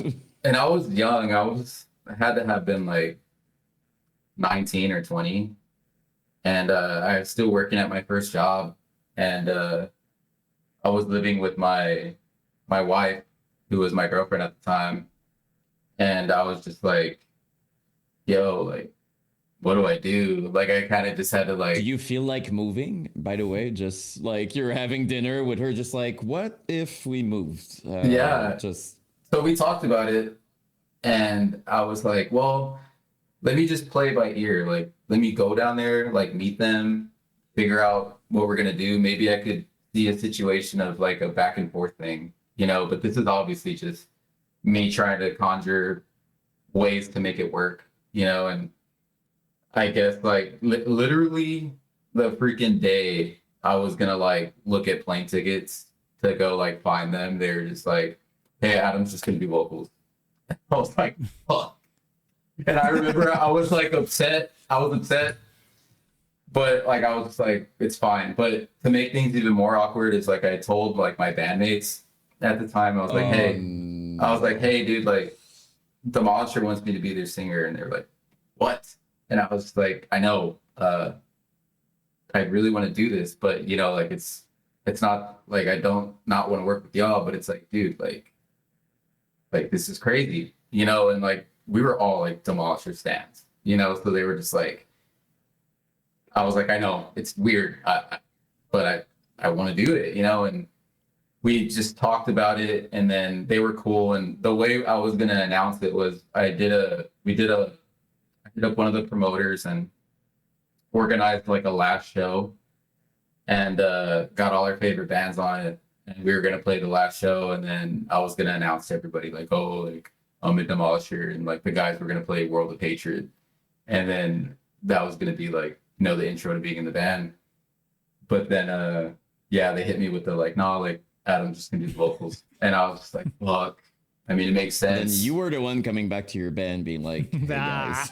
Well, yeah, it was pretty awkward, but like I said, they were my brothers. They were bummed for me that it didn't work out, and you know, without even me like having to ask, like, hey, do you still want to do this? It was like, dude, like let's continue rocking. You know, I think the most awkward part was canceling the last show.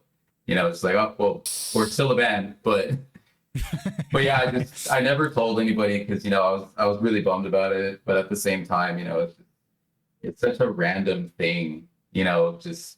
But yeah, only like really close friends know about that. But yeah, it definitely was like one of the craziest things. You know, we'll joke about it. It's just like, yeah, I was in this band for a day, you know, but well, just that in itself, like the way I would see it personally is they still liked what they hear. Like your favorite band at the time liked what you did, and the person who ended up in the band is freaking Adam from Oceano. It's like losing a skateboarding competition to like Tony Hawk. Like it's fine, you know what I mean? Like yeah. you know what I mean? Like it's not like, oh, they didn't like it. They actually liked what you did, and for a while I'm trying to picture myself in your shoes. It's like you were almost in freaking Demolisher, which is like a legendary band. So there, it's still, I don't know, maybe I'm overly positive, but to me it's like it's still cool. It's still awesome, even if ended up not happening. Yeah, no, for sure. Like I said, I'll never forget that random encounter. But yeah, that band is just so good, and that album like really shaped like a whole sound on like what came afterwards, you know. And like I know people like, you know, they name drop them and stuff like that, but like that was literally like the band, like to like bring that style into like this realm, and like just really evolve like deathcore, you know. And even like hearing Nick's vocals, like they almost had that cadence of like you know, Adam from Oceano. Like they just have this crazy like angry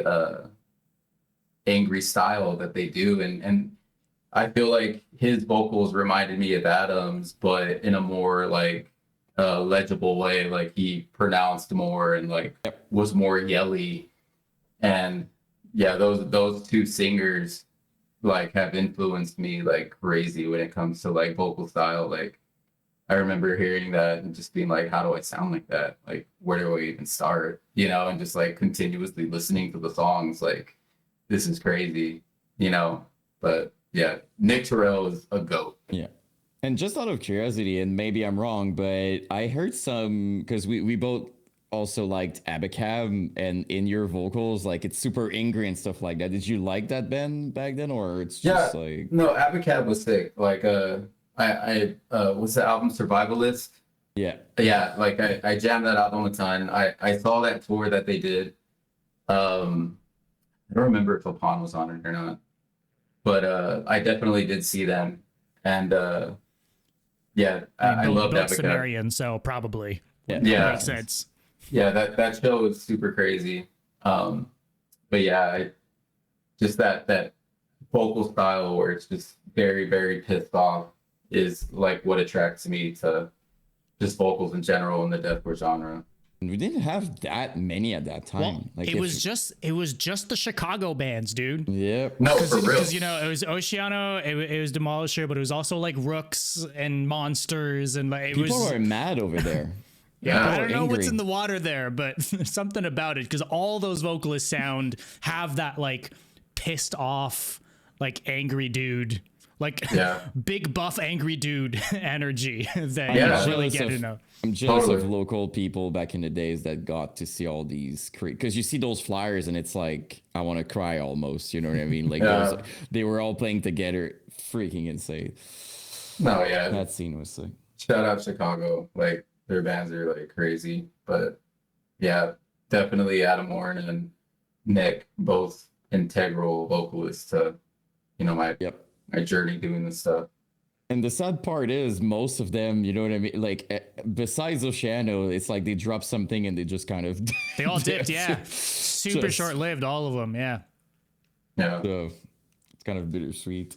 What was you kind of alluded to this a few times. I'm kind of curious. There's like a gap for you where heavy music kind of stopped being a focus when it comes to creating music, or maybe just creating music in general. Like, is there anything to get into on that front? Like, what was the gap for music for you? You switched to video games and you sold your instruments to buy video games. What a Halo Pro! I get it. Yeah. No, like so I was doing the deathcore stuff, and then switched up to the down tempo stuff. But I guess there was like that time period where it's 2013, so all this like different music is happening. It's like, okay, there's this down tempo thing going on, and then there's this like new metalcore thing going on, and bands like Sworn In and like Villains and bands like that, and so I'm getting exposed to like a whole bunch of different things, and I'm just like, man, like maybe I don't want to do this heavy stuff anymore. Like, not that I didn't like it, but I guess artistically, I was just like, how much more like can I do with this? Like maybe I could start trying to do some other stuff, So we were still doing like that down tempo style, but I was trying to incorporate like some singing, but I didn't even know if I could sing yet. It was like the yelly kind of singing, and it just didn't translate. It goes back to that point where like you mentioned you just doing random things. It just wasn't tasteful, and we were just writing at that time, and then like, man, I feel like I'm like 1 foot in, 1 foot out. Like maybe I should just try like something. So I remember I started listening to bands like Sworn In and Gift Giver, and I was like, dude, like let me just try something like this, and I ended up meeting my friend Jeff, who at the time was managing a lot of those bands, and I emailed him, and he was a busy guy like then. Like he, a lot of his bands were popping, like he had Sworn In, Dark Complex, who was Widow at the time. Yeah, shout out. Invertebrate is still to this day such a fucking goated song, man. No, yeah, for sure. And just his bands, and I got his email and I sent him some of the stuff we were writing, and just seeing if he'd respond, and he fucking responded, and I was like, oh shit. And he heard it, and he was just kind of like, is this like one song or is it like multiple songs? I was like, it's like 2 songs. He's just like, yeah, well, kind of like told me it's not really my thing, and like that kind of hit me, because I was just like, bro, like what am I doing wrong? So I asked him for advice. I was just like, all right, so what do I got to do? You know, like just if I could have some advice, you know, on, you know, and he's just like, just stick to something, you know, stick to something and just try not to make it a whole bunch of things. And I guess like hearing that, like I remember I was at work and I like freaking like just clocked out and I was just sitting outside and I was just like, yeah, my songs don't make sense. So I started listening to like a bunch of music and I was just like writing down song structure. And I was like, this is how this is piece, this is how this is piece, this repeats because this is here. And I was like, it's like a light bulb went off and I like, you know, got with the guys and I'm like, dude, let's just do a rock band. But like we'll make it like that kind of style. Like so we'll kind of like ditch like the unpredictability, but we'll do like pop song structure, but it's like the new metalcore sound. And at the time they were just kind of like, what? And I was just like, bro, like we're gonna do intro, verse, chorus, breakdown, chorus, you know, like let's just try it, you know? So and this whole time it's just like just in my head, like I don't know if I could sing, I don't know if I could do this thing. So we go to the studio and we write some songs and then I send it to Jeff later and I'm just like, hey, what do you think? And he's like, wow, you guys are excellent songwriters. And like I don't know if he remembered it was me who like sent him the song, but I was just like, yes, because it took us like I want to say like a couple of months to like write like 2 demos, and then he was just like, send me more, you know, and you know, was sending him stuff, and then he was just like, yeah, dude, like I want to work with y'all, and you know, he started managing us for a little bit, and then he had this his umbrella of bands was called the Power Kingdom. And you know, it was literally all his bands, fucking Sworn In, Dark Complex, Gift Giver, I think I'm forgetting one more. But yeah, it was all those bands, and we went to go meet him in Dallas for So What. And yeah, that's how we ended up changing our name. So it was Anastasia still. And then he was like, yeah, I think it should be like a different name. And I was like, all right. So I was just like trying to think of a cool name. And then I ended up calling it Outbreak Zero. And that's the name we kind of stuck with for this sound. And it was really cool. Like that was super short lived. So It's crazy though that was the same band. Yeah. I wasn't realizing that this was the same kind of like OG band of yours that went through this whole transformation, because this is like years later. This is like years down the line. Yeah, I mean we went through a couple of lineup changes. Like my good friend that you know, I played Halo with, he ended up wanting to do his own thing and he left, and you know, we ended up getting some other members who are, you know, and Give You the Knife now, you know, like my bass player Gabe and our guitar player Kenny. Like those are 2 dudes that joined Anastasia at its like tail end and, you know, morphed into Outbreak Zero with me. And our drummer Daniel, he ended up joining Anastasia at the tail end when we were like the down tempo sound. So eventually I was the only member, you know, but you know, with these guys that like stuck with me and were willing to like try this new sound, you know, because I kind of just dropped the ball on them, you know. It's like, hey, we're not going to do this anymore. We're going to try something new.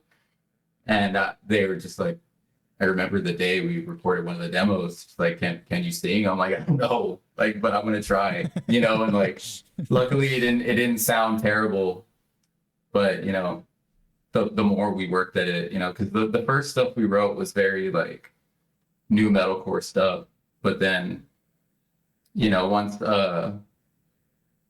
we did that stuff, we went on a tour, and we actually got to tour with Villains, and they were Youth Forever at the time, and it was them, Left Behind, and Burials. Burials had just come out, and you know, to be able to meet those people like at their start, you know, was crazy. And you know, we toured the whole East Coast, And you know, we ended up playing shows in Florida, and we had some shows with like traders, and I like got to meet Tyler, and you know, it's just wild, you know, to look back on, because like we played this show in Florida, and like a lot of people who are like popping in bands now, like we're at that show.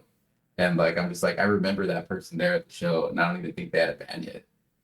You know, so it's like it's wild to think about, especially like just what could happen, you know, with whoever in music, you know. But yeah, we did the whole like new metalcore thing, and then you know, some opportunities fell through, and then you know, some behind the scenes stuff, and then I was like, well, let's take it a step further, man. Like let's go full like new metal rock, you know, like let's do like alternative rock. I'm talking like, you know, Marilyn Manson, Korn, you know, but like more on the radio side, you know. So we still had like hints of like, you know, the new metalcore stuff, but just kind of trying to take it to the next level where it sounds more like, you know, like a rock band essentially. So that's like the last stuff we wrote. And I think one of my biggest regrets with that band was it was kind of like waiting on different people. Like we had like a team behind us and stuff, and we were just kind of like, okay, like they were like, you know, this is gonna happen, opposed to just like putting music out. You know, we kind of like held on to it and was like at the reins of like, okay, well, let's see what they're gonna do with this project, you know. But I mean, like, of course, you know, we're all young and we're just kind of like, dude, this could happen. Let's just wait, you know. And then stuff just didn't go in our favor. And I think I reached a time. I think this had to have been like 2017, where like I eventually like I had my first home. Like I said, I was, you know, with my wife, and I kind of like sat down, and this was before we were married too, and I was just like what am I doing? Like I had like a self reflection of like I love music, but I've been doing it what seemed like forever, you know. And like I had like two crazy close like opportunities kind of like fall through. And I think like one of the people from our team was just like, yeah, like I'm still willing to work with you, but you know, we want to get you back on the road, and like, you know, we'll build more of a buzz, and then, you know, we'll go from there. And in my head, I was just like, dude, that costs so much. Like, I can't keep doing this. Like, I can't keep like trying to get off work, save, do like these tours or like another tour, and it just not work out, you know? So I was just like, fuck, what do I do? And I think I was just like, you know what, maybe it's time for me to just like hang it up, you know? So I did. I was like, hey, like I can't do this anymore. And we hadn't even put out that EP. Like I think we had just like a 3-song demo, or not demo, but 3-song thing. And then we had this awesome EP that we made that we were so proud of, that we did with Corey, by the way. And I was like, this just didn't work. So we ended up just being like, hey, we're breaking up. Here's the stuff. And we never really got to see what could have came with it, you know, from at least from an organic standpoint, you know. I mean, who knows? We could, like, I look back on it, man, like, and you can always just have what ifs, you know. What if we just put it out and just wrote cooler music? Like, what if something else happened? It's like that meme, you know, you see of that miner that keeps mining and he's so close to the diamond. Like, you just never know. So like yeah, so we disbanded, and then for a good moment I was just, you know, just grinding out work stuff. And then I still did music, but it was more on like a solo project kind of thing. And I kind of strayed away from heavy music as a whole, and I got super into like the SoundCloud rap era. Like I was just like super into that. And then from discovering, you know, the SoundCloud wave, I got deeper into like the emo rap wave, and I just like was loving doing that. And I was making that stuff, and you know, just so I wouldn't go crazy, you know, and just like not making any music. But yeah, I was grinding that out for a while. And then yeah, there's that weird like 2021, like after COVID, where I just hit up my friend and was like, hey, let's make some old deathcore stuff. But Yeah, and I ended up Well, meeting him. it must have been cool. Sorry to cut you off. It must have been cool to kind of reunite with like a lot of those boys too, because what you were saying earlier, like a lot of those guys ended up being in Get Me the Knife afterwards. Yeah, yeah, because like we kind of, you know, they started playing in different bands, and like they kind of went off and did their own thing. And like the bass player Gabe, he's like a brother to me, like a little brother to me. So anything that I get into, like I'm always, hey, do this with me, But he was even doing his own thing, and he has a band of his own. Shout out Setup, they're really cool. But I kind of went down memory lane, I think, and I was just like pulling up a bunch of archived like Outbreak Zero stuff and like posting it on the story, and they were watching it, and I was like, dude, let's all just hang out, like let's hang out. Yes. They're playing with their feelings a little bit. Yeah, and like, so sorry for all these random time jumps, but like this was like That's what we do, man. No Yeah. This is officially the ADHD podcast, so you're right at home here. Okay, cool. So like, yeah, so the 2021 like prototype Give Me the Knife thing got put on the back burner, and then so I was like deep into the emo rap stuff, and I was just making it on the computer, like just by myself, And there's this artist from San Antonio who like I was a real big fan of, and I didn't even know he was from San Antonio when I heard his music, but found out, and I was like, this guy is so good. Like he goes by Steady Suffer, and he's like one of my best friends to this day. But at the time, I was just a fan, so I was just like, yo, we got to work. And he was real like not active on social media for a while, and like fast forward a little longer, he hits me up like end of 2021, like beginning 2022, randomly sends me an email, and it's just like, hey, like here's this song, like an open verse. So then I do a verse on it. He loves it. We put it out, and he's like, hey, I actually have a show in Florida. Like it's pretty crazy. It's my first show ever. And I'm like, what? You have a show in Florida? That's crazy. So then my other friend Daniel, another one of my best friends, that dude's been with me like through a lot, like it just my crazy ideas. He was just like, hey, let's pull up. I was like, for real? So we literally pulled up to this dude's show in Florida, met him, instantly became best friends, came back to San Antonio, and have been friends since. But yeah, we were making music for a while, and I want to say like 2023 kind of went like on a null. I kind of wasn't feeling that music, like really making stuff on my own anymore, and he kind of went off and did some of his own stuff. So there's just that weird like, okay, like, so I'm not doing music, but like I don't know what I'm doing. So that's when I went down the memory lane thing around 2023 and messaged some of the Outbreak Zero guys.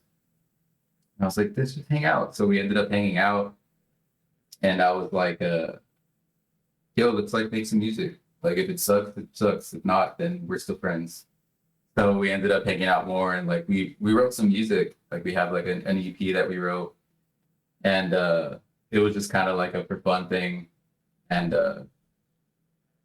yeah, weirdly, like again, the back burner stuff happens. People get busy, and then I got introduced to this crazy like revival, that was happening, and that kind of blew my mind for the second time, and like I just kind of been on that high ever since. What were some of those bands you were a fan of when you first got reintroduced or introduced to the new wave? So it's so crazy because it wasn't even the deathcore wave that caught my attention first. Because like I said, I kind of took like a step back from heavy music, but I would go to like the occasional show. And I think one of the first bands that I saw with like an old school kind of sound was that band Sanction. And I saw them. I don't remember if they played with Body Snatcher, but it was like a metal tour. And I was like, this band sounds like back then, but it didn't like register in my head yet. Like I was like, this is crazy, but And then I think the next band that I found out about was that band Tactosa. I think is what they're called. Yeah. And the way I found out about them was that Zach Vargas feature. So I was just like, what the fuck? They have Zach Vargas on a song, you know? So, but again, you know, it wasn't enough for me to be like, this is like a thing, because it was still kind of maybe like forming, you know? That was But still super early revival days for sure. Yeah. yeah, so, and then some friends were showing me like, and again, this is like time skip city, but you know, the Victim Blame went viral for like the stuff they were doing. And again, you know, I was like, that band's from here, but it didn't, Oh, it didn't right. They're pull from me. San Antonio. Yeah. Yeah, it didn't like reel me, but I thought it was cool. Like I was like, this is insane. But I think what really, really caught me was I started hanging out with my friend Steady again, and we were hitting up like a bunch of hardcore shows, and we were just going like a ton of hardcore shows. And uh, that label Days did a tour, and they had that band Balmora on it, and I think Torture was on it, Final Resting Place. And I heard these bands and I was like so intrigued. Like I was like, dude, like from the quality of the recordings to like this has hints of like back then, you know? And I went to the show on the Sanction was on there too. And went to the show, and like from the pit to like the sound, it was all like back then. I was like, dude, like I couldn't believe it. I was like, dude, people are moshing like back then. Like people are like the style of breakdown is like back then. It like I feel like it punched me in the face. Like it took that to make me realize like, oh, what is happening here? You know, so then I rabbit holed. Standing in the middle of the pit during sound check. I didn't make that mistake this time. I saw this from afar. I was like, let's not do this again. But no, I got that vibe that I got like from when I saw Weird In back then. Like just that it's just this feeling like, at least for me in my chest, where I'm just like, I love this, you know? And it wasn't even like mainly nostalgic, like, yeah, sure, like it's there, but it was like rediscovering something in like a new way. And I rabbit holed like from all these like like metalcore revival bands, and then I just got thrown into like the deathcore, you know, freaking revival, and I was like, dude, what the hell? Like this is back. And then I just like found all these bands that were like doing it in like different ways. And then I remember I even saw like some of Yan's videos like on YouTube, like just the throwbacks. And I remember I was working night shift at the time, so I just get off of work and then, you know, just like get some food and just be like, oh, like what like watched all his videos, you know? And yeah, I was like, this is insane that like that this is back, you know? And I just went on that journey of just listening to all these bands. Like I heard Victim Blamed, and then Reverend, Girl of Glass, I think Peacemaker too. Like it was just like a ton of Girl of Glass are Texas too, at the very least. yeah. And what's cool about that is like I had been listening to their music and I like found out like later, and then I obviously connect the dots from Victim Blame, but you know, just hearing that there's bands in like Texas that are just doing this style, you know, and I mean, even all the other bands, like I couldn't believe it. Like I was like, this is so sick. And you know, right away, I'm just like, when are any of these bands coming? Because I gotta see them, you know. And my first revival show was Victim Blamed, and I think In Which Divides Us was on it. And I think Ash Is That Last was on that show. And it was at this this really, really small venue. Like it was like a bar. And I went with my friend Daniel, and I remember we just looked around. It's like, dude, we're like the oldest people here. Like this is crazy. yeah. We were Can just relate to that. we were just kind of chuckling, and I was looking around. And so again, it was like that experience, like from when I first like went to a show at the White Rabbit. So like dude, like it's like this is like part two. You know, I'm like blinking. I'm like, dude, this kid is wearing an Amir shirt, like from back then. Like it's a true vintage Amir shirt. Like I'm just like, they know what's up. Like they know ball. Like it's wild. And and then, you know, obviously experience it live. Like I just loved it. Like I loved the rawness. I loved everything about it. And you know, I just remembered I had those demos uh, that me and my friend wrote, and I was like, I'm just gonna do it for fun. You know, I'm just gonna go and just scratch that itch. And you know, I went with my friend, or I went to the studio. I did that demo, and it literally was just gonna be like, I'm not even gonna say like it was me who did it. Like I was just gonna put it out, you know. And just the mere fact that people like enjoyed that, I was just like, oh well, like let me sit down and try to like maybe see if I could flesh this out into something. And it just became freaking Get Me the Knife Now. And like even looking back on it now, it's like, dude, I still can't believe it. Like literally like the stars aligned because it was just me. Like and then I got Bobby to come back and you know, kind of entertain what I was trying to do. And then the way I met Josh, because we knew each other back in the day from bands and stuff, but we were just kind of like, hey, what's up? You know, we never really like hung out crazy like that. And he was hanging out with my good friend Abel. And like that dude, he's been like one of my day ones forever. Like he was at my first Anastasia show. He, you know, I hung out with him the other day. He's like never left me. He's always in my corner, that dude. And he was also in this band Overthrower, which, you know, was a crazy down tempo band. But anyway, like, yeah, so I met Josh again through him. And a friend of mine who was like a videographer was like, dude, let's do a video. And then I was like, I don't have a band. And then he was just like, well, let me know.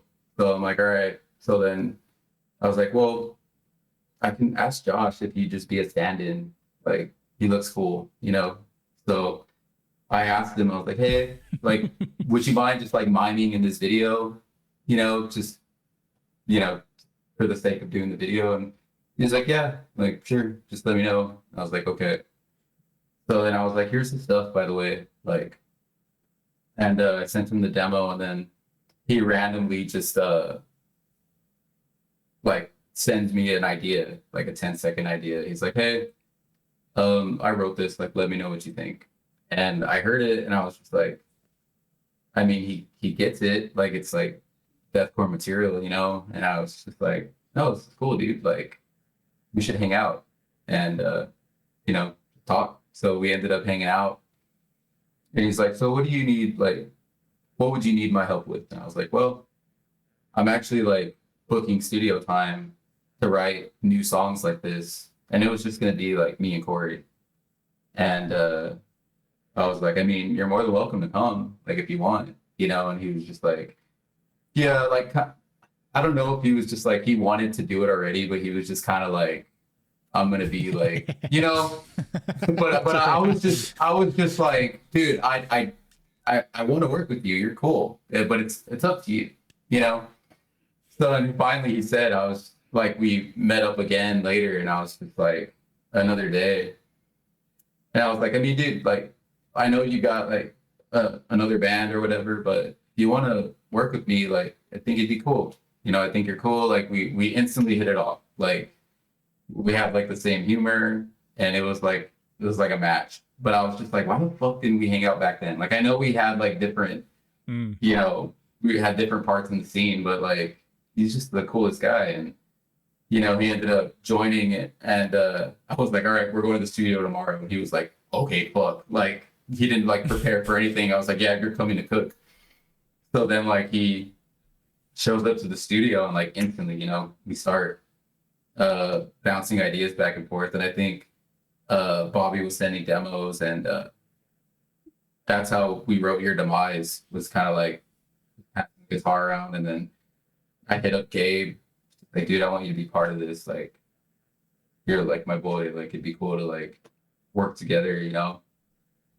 So then he just joined, you know, and then he started pulling up to the studio. And then by then it's just like, okay, well, we're all here. We just need a drummer. Then, you know, fast forward to the way I met Jordan. So I met Jordan like before I even did like the deathcore stuff. I met him through Jeff because they both knew each other. And they came down because Jeff, he's originally from New York, and he came down to Texas for a job opportunity. So we like reconnected, and he was like, "Hey, like Peeling Flesh is gonna play. Like, you want to go check out the show?" And I was like, "Yeah." So he's like, "Yeah, I'm gonna be with my friend Jordan."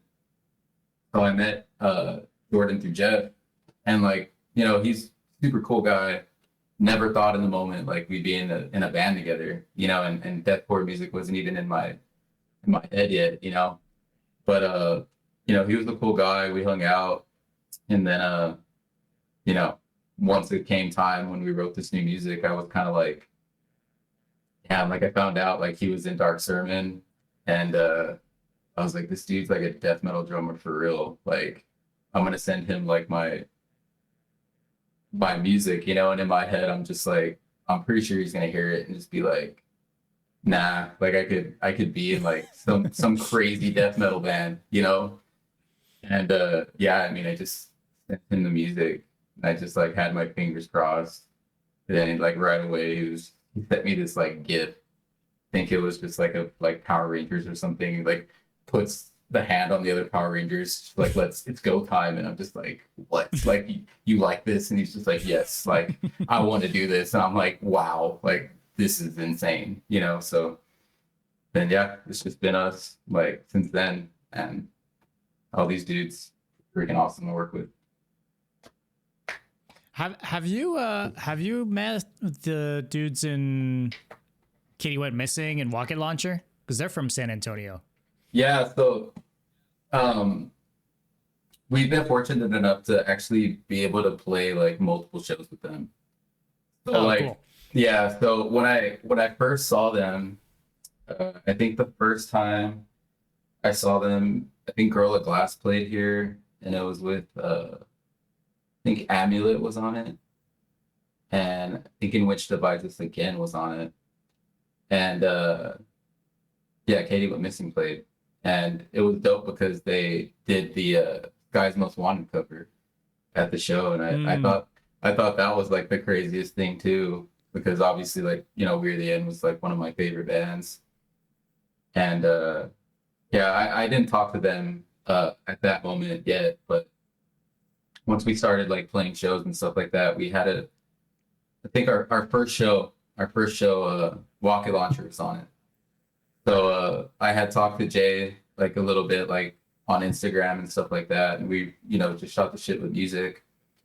But then, you know, we finally met in person, and he's just like super cool, like just like a music nerd, and just loves like just talking about music. And it's honestly was an awesome first show too, because it was Cyclip Grim, Disfigured, and Rocket Launcher. And I don't know if I'm forgetting another band, but yeah. So like these fucking Texas lineups, man. Yeah, fucking hate y'all, dude.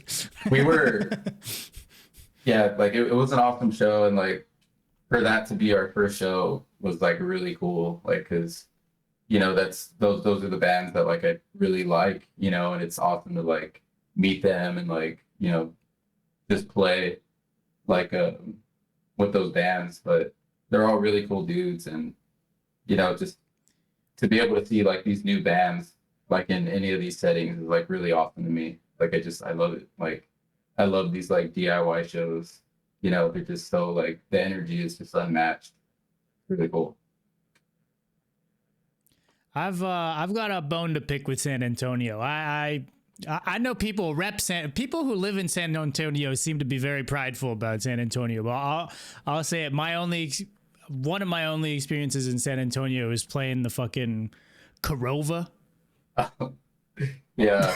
So that's my view of San Antonio. You just laughed when you said that. You would have had a different perception if you played the White Rabbit. Like the White Rabbit, it was like the venue here. And like so many awesome tours and bands played at that venue. It's honestly a legendary venue. It sounded crazy. Like it was just the place. And I mean, even aside from like just sound quality wise, like just the scene was just awesome. Like once like I, ventured into like the local scene, like a lot of my good friends who like I'm still friends with to this day, I met through music, and it was just coming up in bands together. And we honestly like San Antonio's like metal hardcore scene, like we're so spoiled. Like there's so many good bands here, and there's so many people that just like to support their friends. And like there would like even back then, like there would be like a show and like all your friends' bands would be on it, and it would almost like sell out the place just because there was so much activity. Like there's so many bands like even popping up where it was just like, dude, like this is insane. And it bummed me out that like your only experience was the Corova, because let me precise. I probably played to like 3 people at the Corova. Was it in the basement or was it the main stage? Yeah, dude, the basement. Yeah. The stairs, that long ass like stair, dude. Yeah. Yeah, man. Yeah, like, my drummer almost got in a fight with the people working the place, and yeah, it was a whole thing. I got to see the Alamo, but that was kind of the highlight, to be real. Yeah. No, dude. Sock's old band was on that show. Actually, he was one of like the 3 people in that room when we played, which is wild to me. Yeah, that is crazy. Yeah, the Corova, like, so there was like this weird time because, like I said, the White Rabbit was like essentially like a home to like a lot of people. Like there were days where like myself, including a lot of people, would just go. Like there'd be a show and they would just go and we'd hang out. Hey, like let's go meet at the show. And even the promoters, especially Jen, she still does like shows for Twin around here. And she really just like made your band feel like a rock star, like putting you on these crazy shows and even just booking your band to get a start at that venue. You just felt like, dude, like this is it, and like every show was just awesome. But yeah, there's a period where I think it closed in 2014. The owners ended up selling it. And I remember like that time, everybody was just so fucking bummed because, we had been together at this venue from like, I mean, obviously it has been around before my time there, but like my group of people on what the scene where we came up together was like, 2010 to like 2014, we essentially grew, it was like school almost, you're used to seeing the same people all the time. And then it's like, dude, like you're getting rid of this place where we all like would meet. And of course there were other venues. There were like house shows. Like the camaraderie was very tight knit, but it was like it's the fucking White Rabbit, like, and it's leaving. Like we were all just so sad. And like once it was gone, like you just had the Corova and it just didn't feel the same, Yeah. But like, Yeah, no. But like, like we still played shows there and like met, but like, of course, like people, they grow up, they stop playing in these bands, they join different bands, they do other things. And then, the Corova closes. Like, well, what are we going to do? But, then the White Rabbit, someone else bought it and it's called the Paper Tiger now.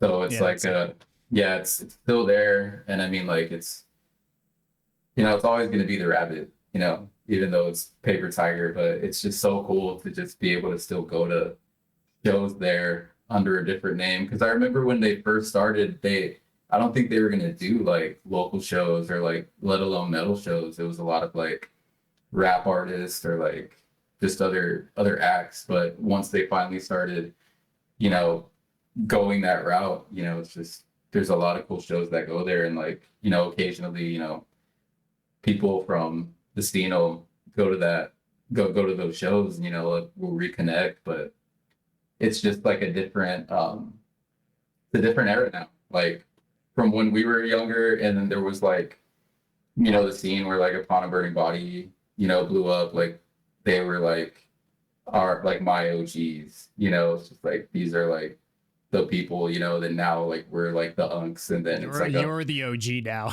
it's crazy, you know. But it's cool. It's cool because it's like, yo, like we're playing these shows, you know. It's obviously like a younger audience, but it's like that's who I was, you know. I was like that kid, you know, getting hit in the face to we're the end, you know, back then. And it's like, you know, it's just a crazy like full circle moment. But at the same time, it's really cool because I'm getting to like experience what I did back then, you know, now. And it's just so much fun. It's with people that I love and care about.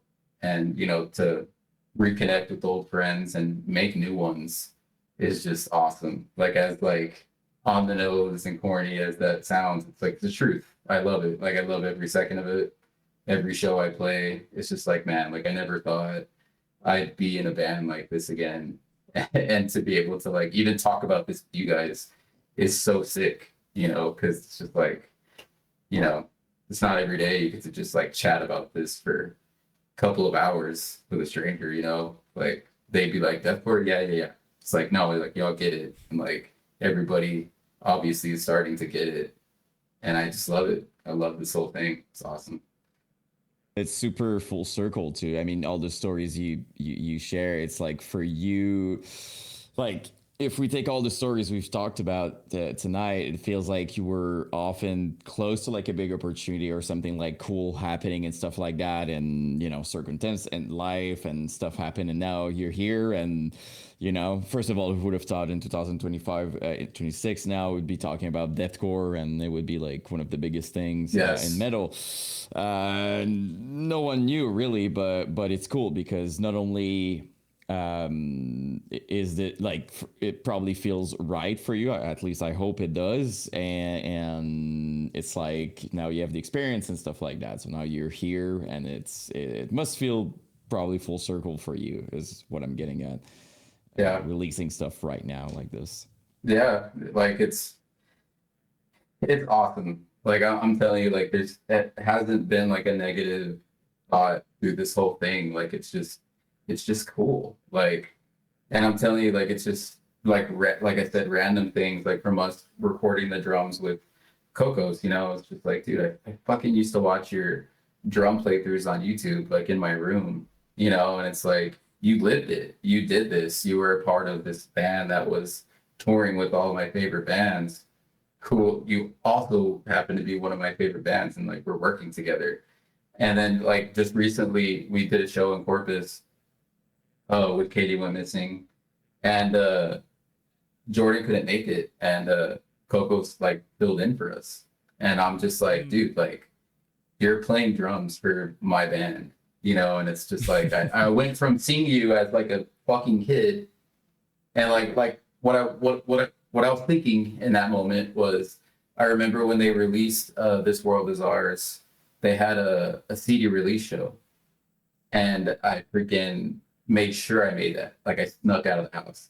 Like I think I was grounded at the time or something, and I like snuck out. I went and I saw freaking Upon Burning Body on the release show for that album. And then I'm just like, I look back and like, I'm just like, this dude that I was watching like rip the drums is like behind me playing like these songs. And I'm just like, dude, what is life right now? Like just small stuff like that just like means the world to me, because I'm just like, at the end of the day, like I'm a fan. Like I'm a fan of this music. Like I'm grateful, and it's really cool that I get to make it and share like my art with other people. But at the end of the day, I'm just a sponge. Like when I was, you know, that kid, I'm just like, any of these new bands that are popping up, like I'll listen to them and I'm just like, dude, this is cool. Like I hope it never goes away, you know. But it's like I'm just loving every second of it, because like you said, it's fucking 2026 and we're just like talking about deathcore. It's like, who would have thought, you know, like for real.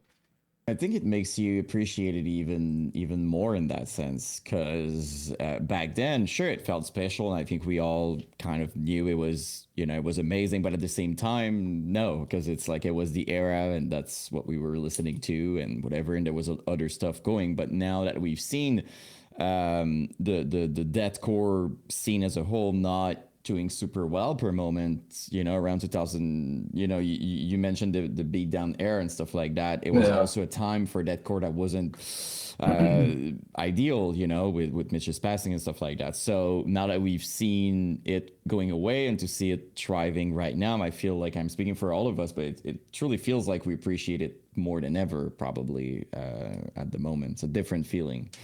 Yeah, for sure. Like, and I think also, like, at the end of the day, like I'm a dad. Like, I have two babies. I have my son Ezra, and I have my daughter Molly, and they're just like the coolest kids ever. And just to be able to like perform, like, I just kind of told myself too, like, I want you to see like what I like, like what I did before, when I was younger. Like, I want you to see me perform. And, like, I don't care if it's, for like a sold out crowd or if it's for like 3 people. Like, I want you to see me on there on the stage doing what I love to do. 3 people at Corona. Yeah. But, like, it's. Well, you have 2 kids, so it's adding 2 people every time. There you go. Look, the bands didn't even stick around, dude. That's how bad it was. Yeah. Hey. It's kind of sad, actually, if even the bands aren't in there. But. Yeah, no, I'm great. Sock.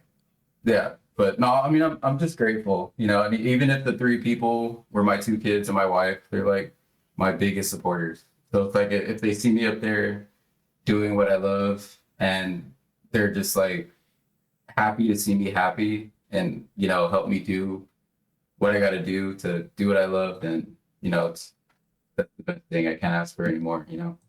And you mentioned that, I just want to say congrats, because you said your wife was also like your girlfriend at the time. So it's been, it's been a pretty long time. If I understood properly, that's what I heard. It's awesome. Yeah, we've known each other more than half our lives. That's crazy. It's awesome. Very crazy. But yeah, she's my ride or die, like literal, like I do not know what I would do without her. But she honestly, like this thing, like, the way it's going, she like just gives me the support that I need to continue to do it. Like, she's just always like just rolling with it. And like I said, I can't ask for anything more. And like, like I said, my kids, they're just so awesome. Like, they're just like, hey, like, I like what you're doing, and like, once I made shirts, my kids were like, we need shirts. Like, I want a shirt, and I'm just like, all right. So yeah, I'm gonna get, and I gave them beanies, and they just love it, like I'll play them some of the songs and they're just like, how do you sound like that? Like, what do you do? Like, my son thinks it's the funniest thing, but just like, hey, I'm just screaming. I'm like, hey, try to sound like me, and they'll just be like, the coolest thing. They don't think it's weird. Like, they love, like, I was posting these vocal covers for fun, and I had my son record me. I'm just like, here, hold the phone. And there's like this one I was doing, and there's a part with like a guttural or something, and you just hear my son audibly laugh. He's just like, like, what the heck? Like, they're not like annoyed. Like, they're not like, why are you yelling? It's loud. Like, they just like it. Just like, hey, like, whatever you're into, like, I'm all for it, so. Yeah, you got to teach them young, man. That's how you get them. Yeah, they're gonna be open-minded. That's for sure. You know what I mean? Like, hearing that music young and stuff like that. It's so cool. Yeah, for sure. They're crazy. I actually just took my well, not just, but my son really likes AFI. So like he's very like he's very picky. So like I'll like pick him up from school and stuff like that, and I'll like have music like on the radio. And I'll never really like be like, hey, check this out. I'll just kind of listen to stuff because I like, him to find stuff on his own. And I remember I was listening to AFI one time, and he was just like, hey, can you play that song again? I'm just like, yeah. And at the time, he was only like 5. And, I started listening to AFI, and dude was like obsessed with AFI, and like his sister is obsessed with him. So she wants to do everything he does. So naturally, she likes him too. Kind of And- her hero at the same time. Yeah, and it's cool because they're like 2 years apart, so the age gap isn't crazy. But AFI was coming to Austin, and I took them. I was like, "That'll be your first show." So like I took them to see AFI, and just seeing like their face, they're just like, dude, like they're like there playing, you know, like we had some good seats, so they were able to see the stage, and like just seeing them like rocking out to like AFI, like singing the words. I'm just like, dude, like your first show was when you were 5, you know, because I remember I had always wanted to go to shows and I just freaking couldn't, you know, but it's like I want them to be able to express themselves and like just have their interest, and you know, within reason. It's like, man, I support you. Like I want you to have your own individuality, and I'll be there for whatever you want to be, you know. But yeah, Great they're mindset. they're to awesome. have. They're awesome kids. And they don't have to sell their video games. So, yes, yes, can keep their video games Exactly. and go to the show. So exactly. the big difference here. Yeah, No, but that's awesome. I'm making jokes, but that's really cool. for sure. All right, let's wind this down here. I want to ask you one final thing. I'd want you to give us a top 5 of heavy Texas bands. Ooh, okay. Can they be local Yeah. Texas bands? Obviously, Upon a Burning From Body. like over the years. Doesn't have to be like current, you know. Okay. Upon a Burning Body for sure. Katie Went Missing, just because they're fucking awesome and their music does rip. Let's see, who else? Girl with Glass of Sick. I feel like they really did that that raw deathcore style that like We're the End really brought The to the table. bass drops. Yeah, Girl with Glass of Sick. And let's see, throughout the years. Overthrower. Just because did you guys ever listen to Overthrower? I don't think I did. No, I'm pretty sure. I've never heard this name, so I'm gonna have to check this out afterwards. Oh, by the way, Wait. that's a rare event on this show when Okay. Okay. he knows everything. That's So- a rare thing. So Overthrower, bro. I mean, I'm gonna name the 5th one, but so like I said, it's my best friend, and I'm not one of my best friends, but and I'm not being biased here, but they did the down tempo thing, and like a lot of other bands like came out after that, and they've said like they've been inspired by that dude.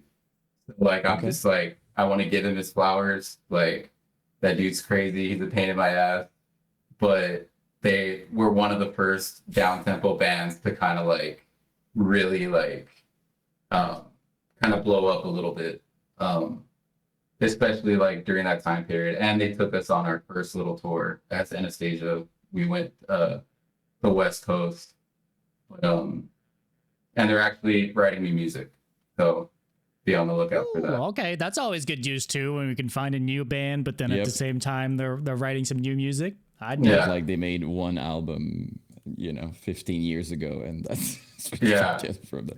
Yeah, but yeah, they're a crazy band.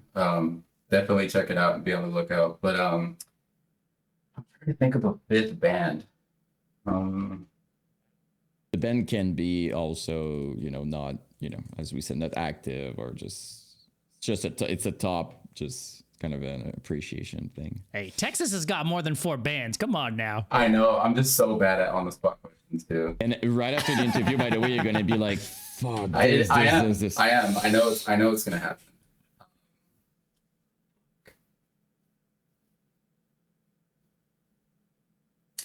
I remember this band from Houston that was freaking crazy. They were called Fane. Oh, you- Fame. Yeah, hell yeah. Yeah, I remember that band was fucking crazy. And it was because like us and Overthrower, we were doing like a lot of shows together, and then we did like a tour kickoff to like raise money for the tour. And Bane came down and played in this band Rex, and they were like two of the heaviest bands I ever heard. But Rex, you said? yes, Dude, though that band is super underrated. I mean, it was super short-lived also, so I kind of get it at the same time, but they were fucking sick. yeah, And that whole kind of like beat down, like down tempo era, like I don't know, man. Yeah, those guys were dope. yeah. That whole time period was crazy, and I remember they played before us, and I remember being able singer for Overthrower. We just kind of looked at each other. We were like, dude, fuck, like we got to play after these fools. Like they were heavy, bro. But yeah, that's my 5, and I'm pretty sure I'm gonna think of other ones. Like, oh, why didn't I say that? But how it goes. Oh, right after, I'm telling you, right after, you're gonna be like, yeah, you know. No takebacks, man. That's your 5, man. That's the clip, man. It's It is cool. what it is. It's cool. They're all really good bands. So Yes, sir, man. Well, dude, we kind of maybe end this on, by the time this comes out, the EP will be out now.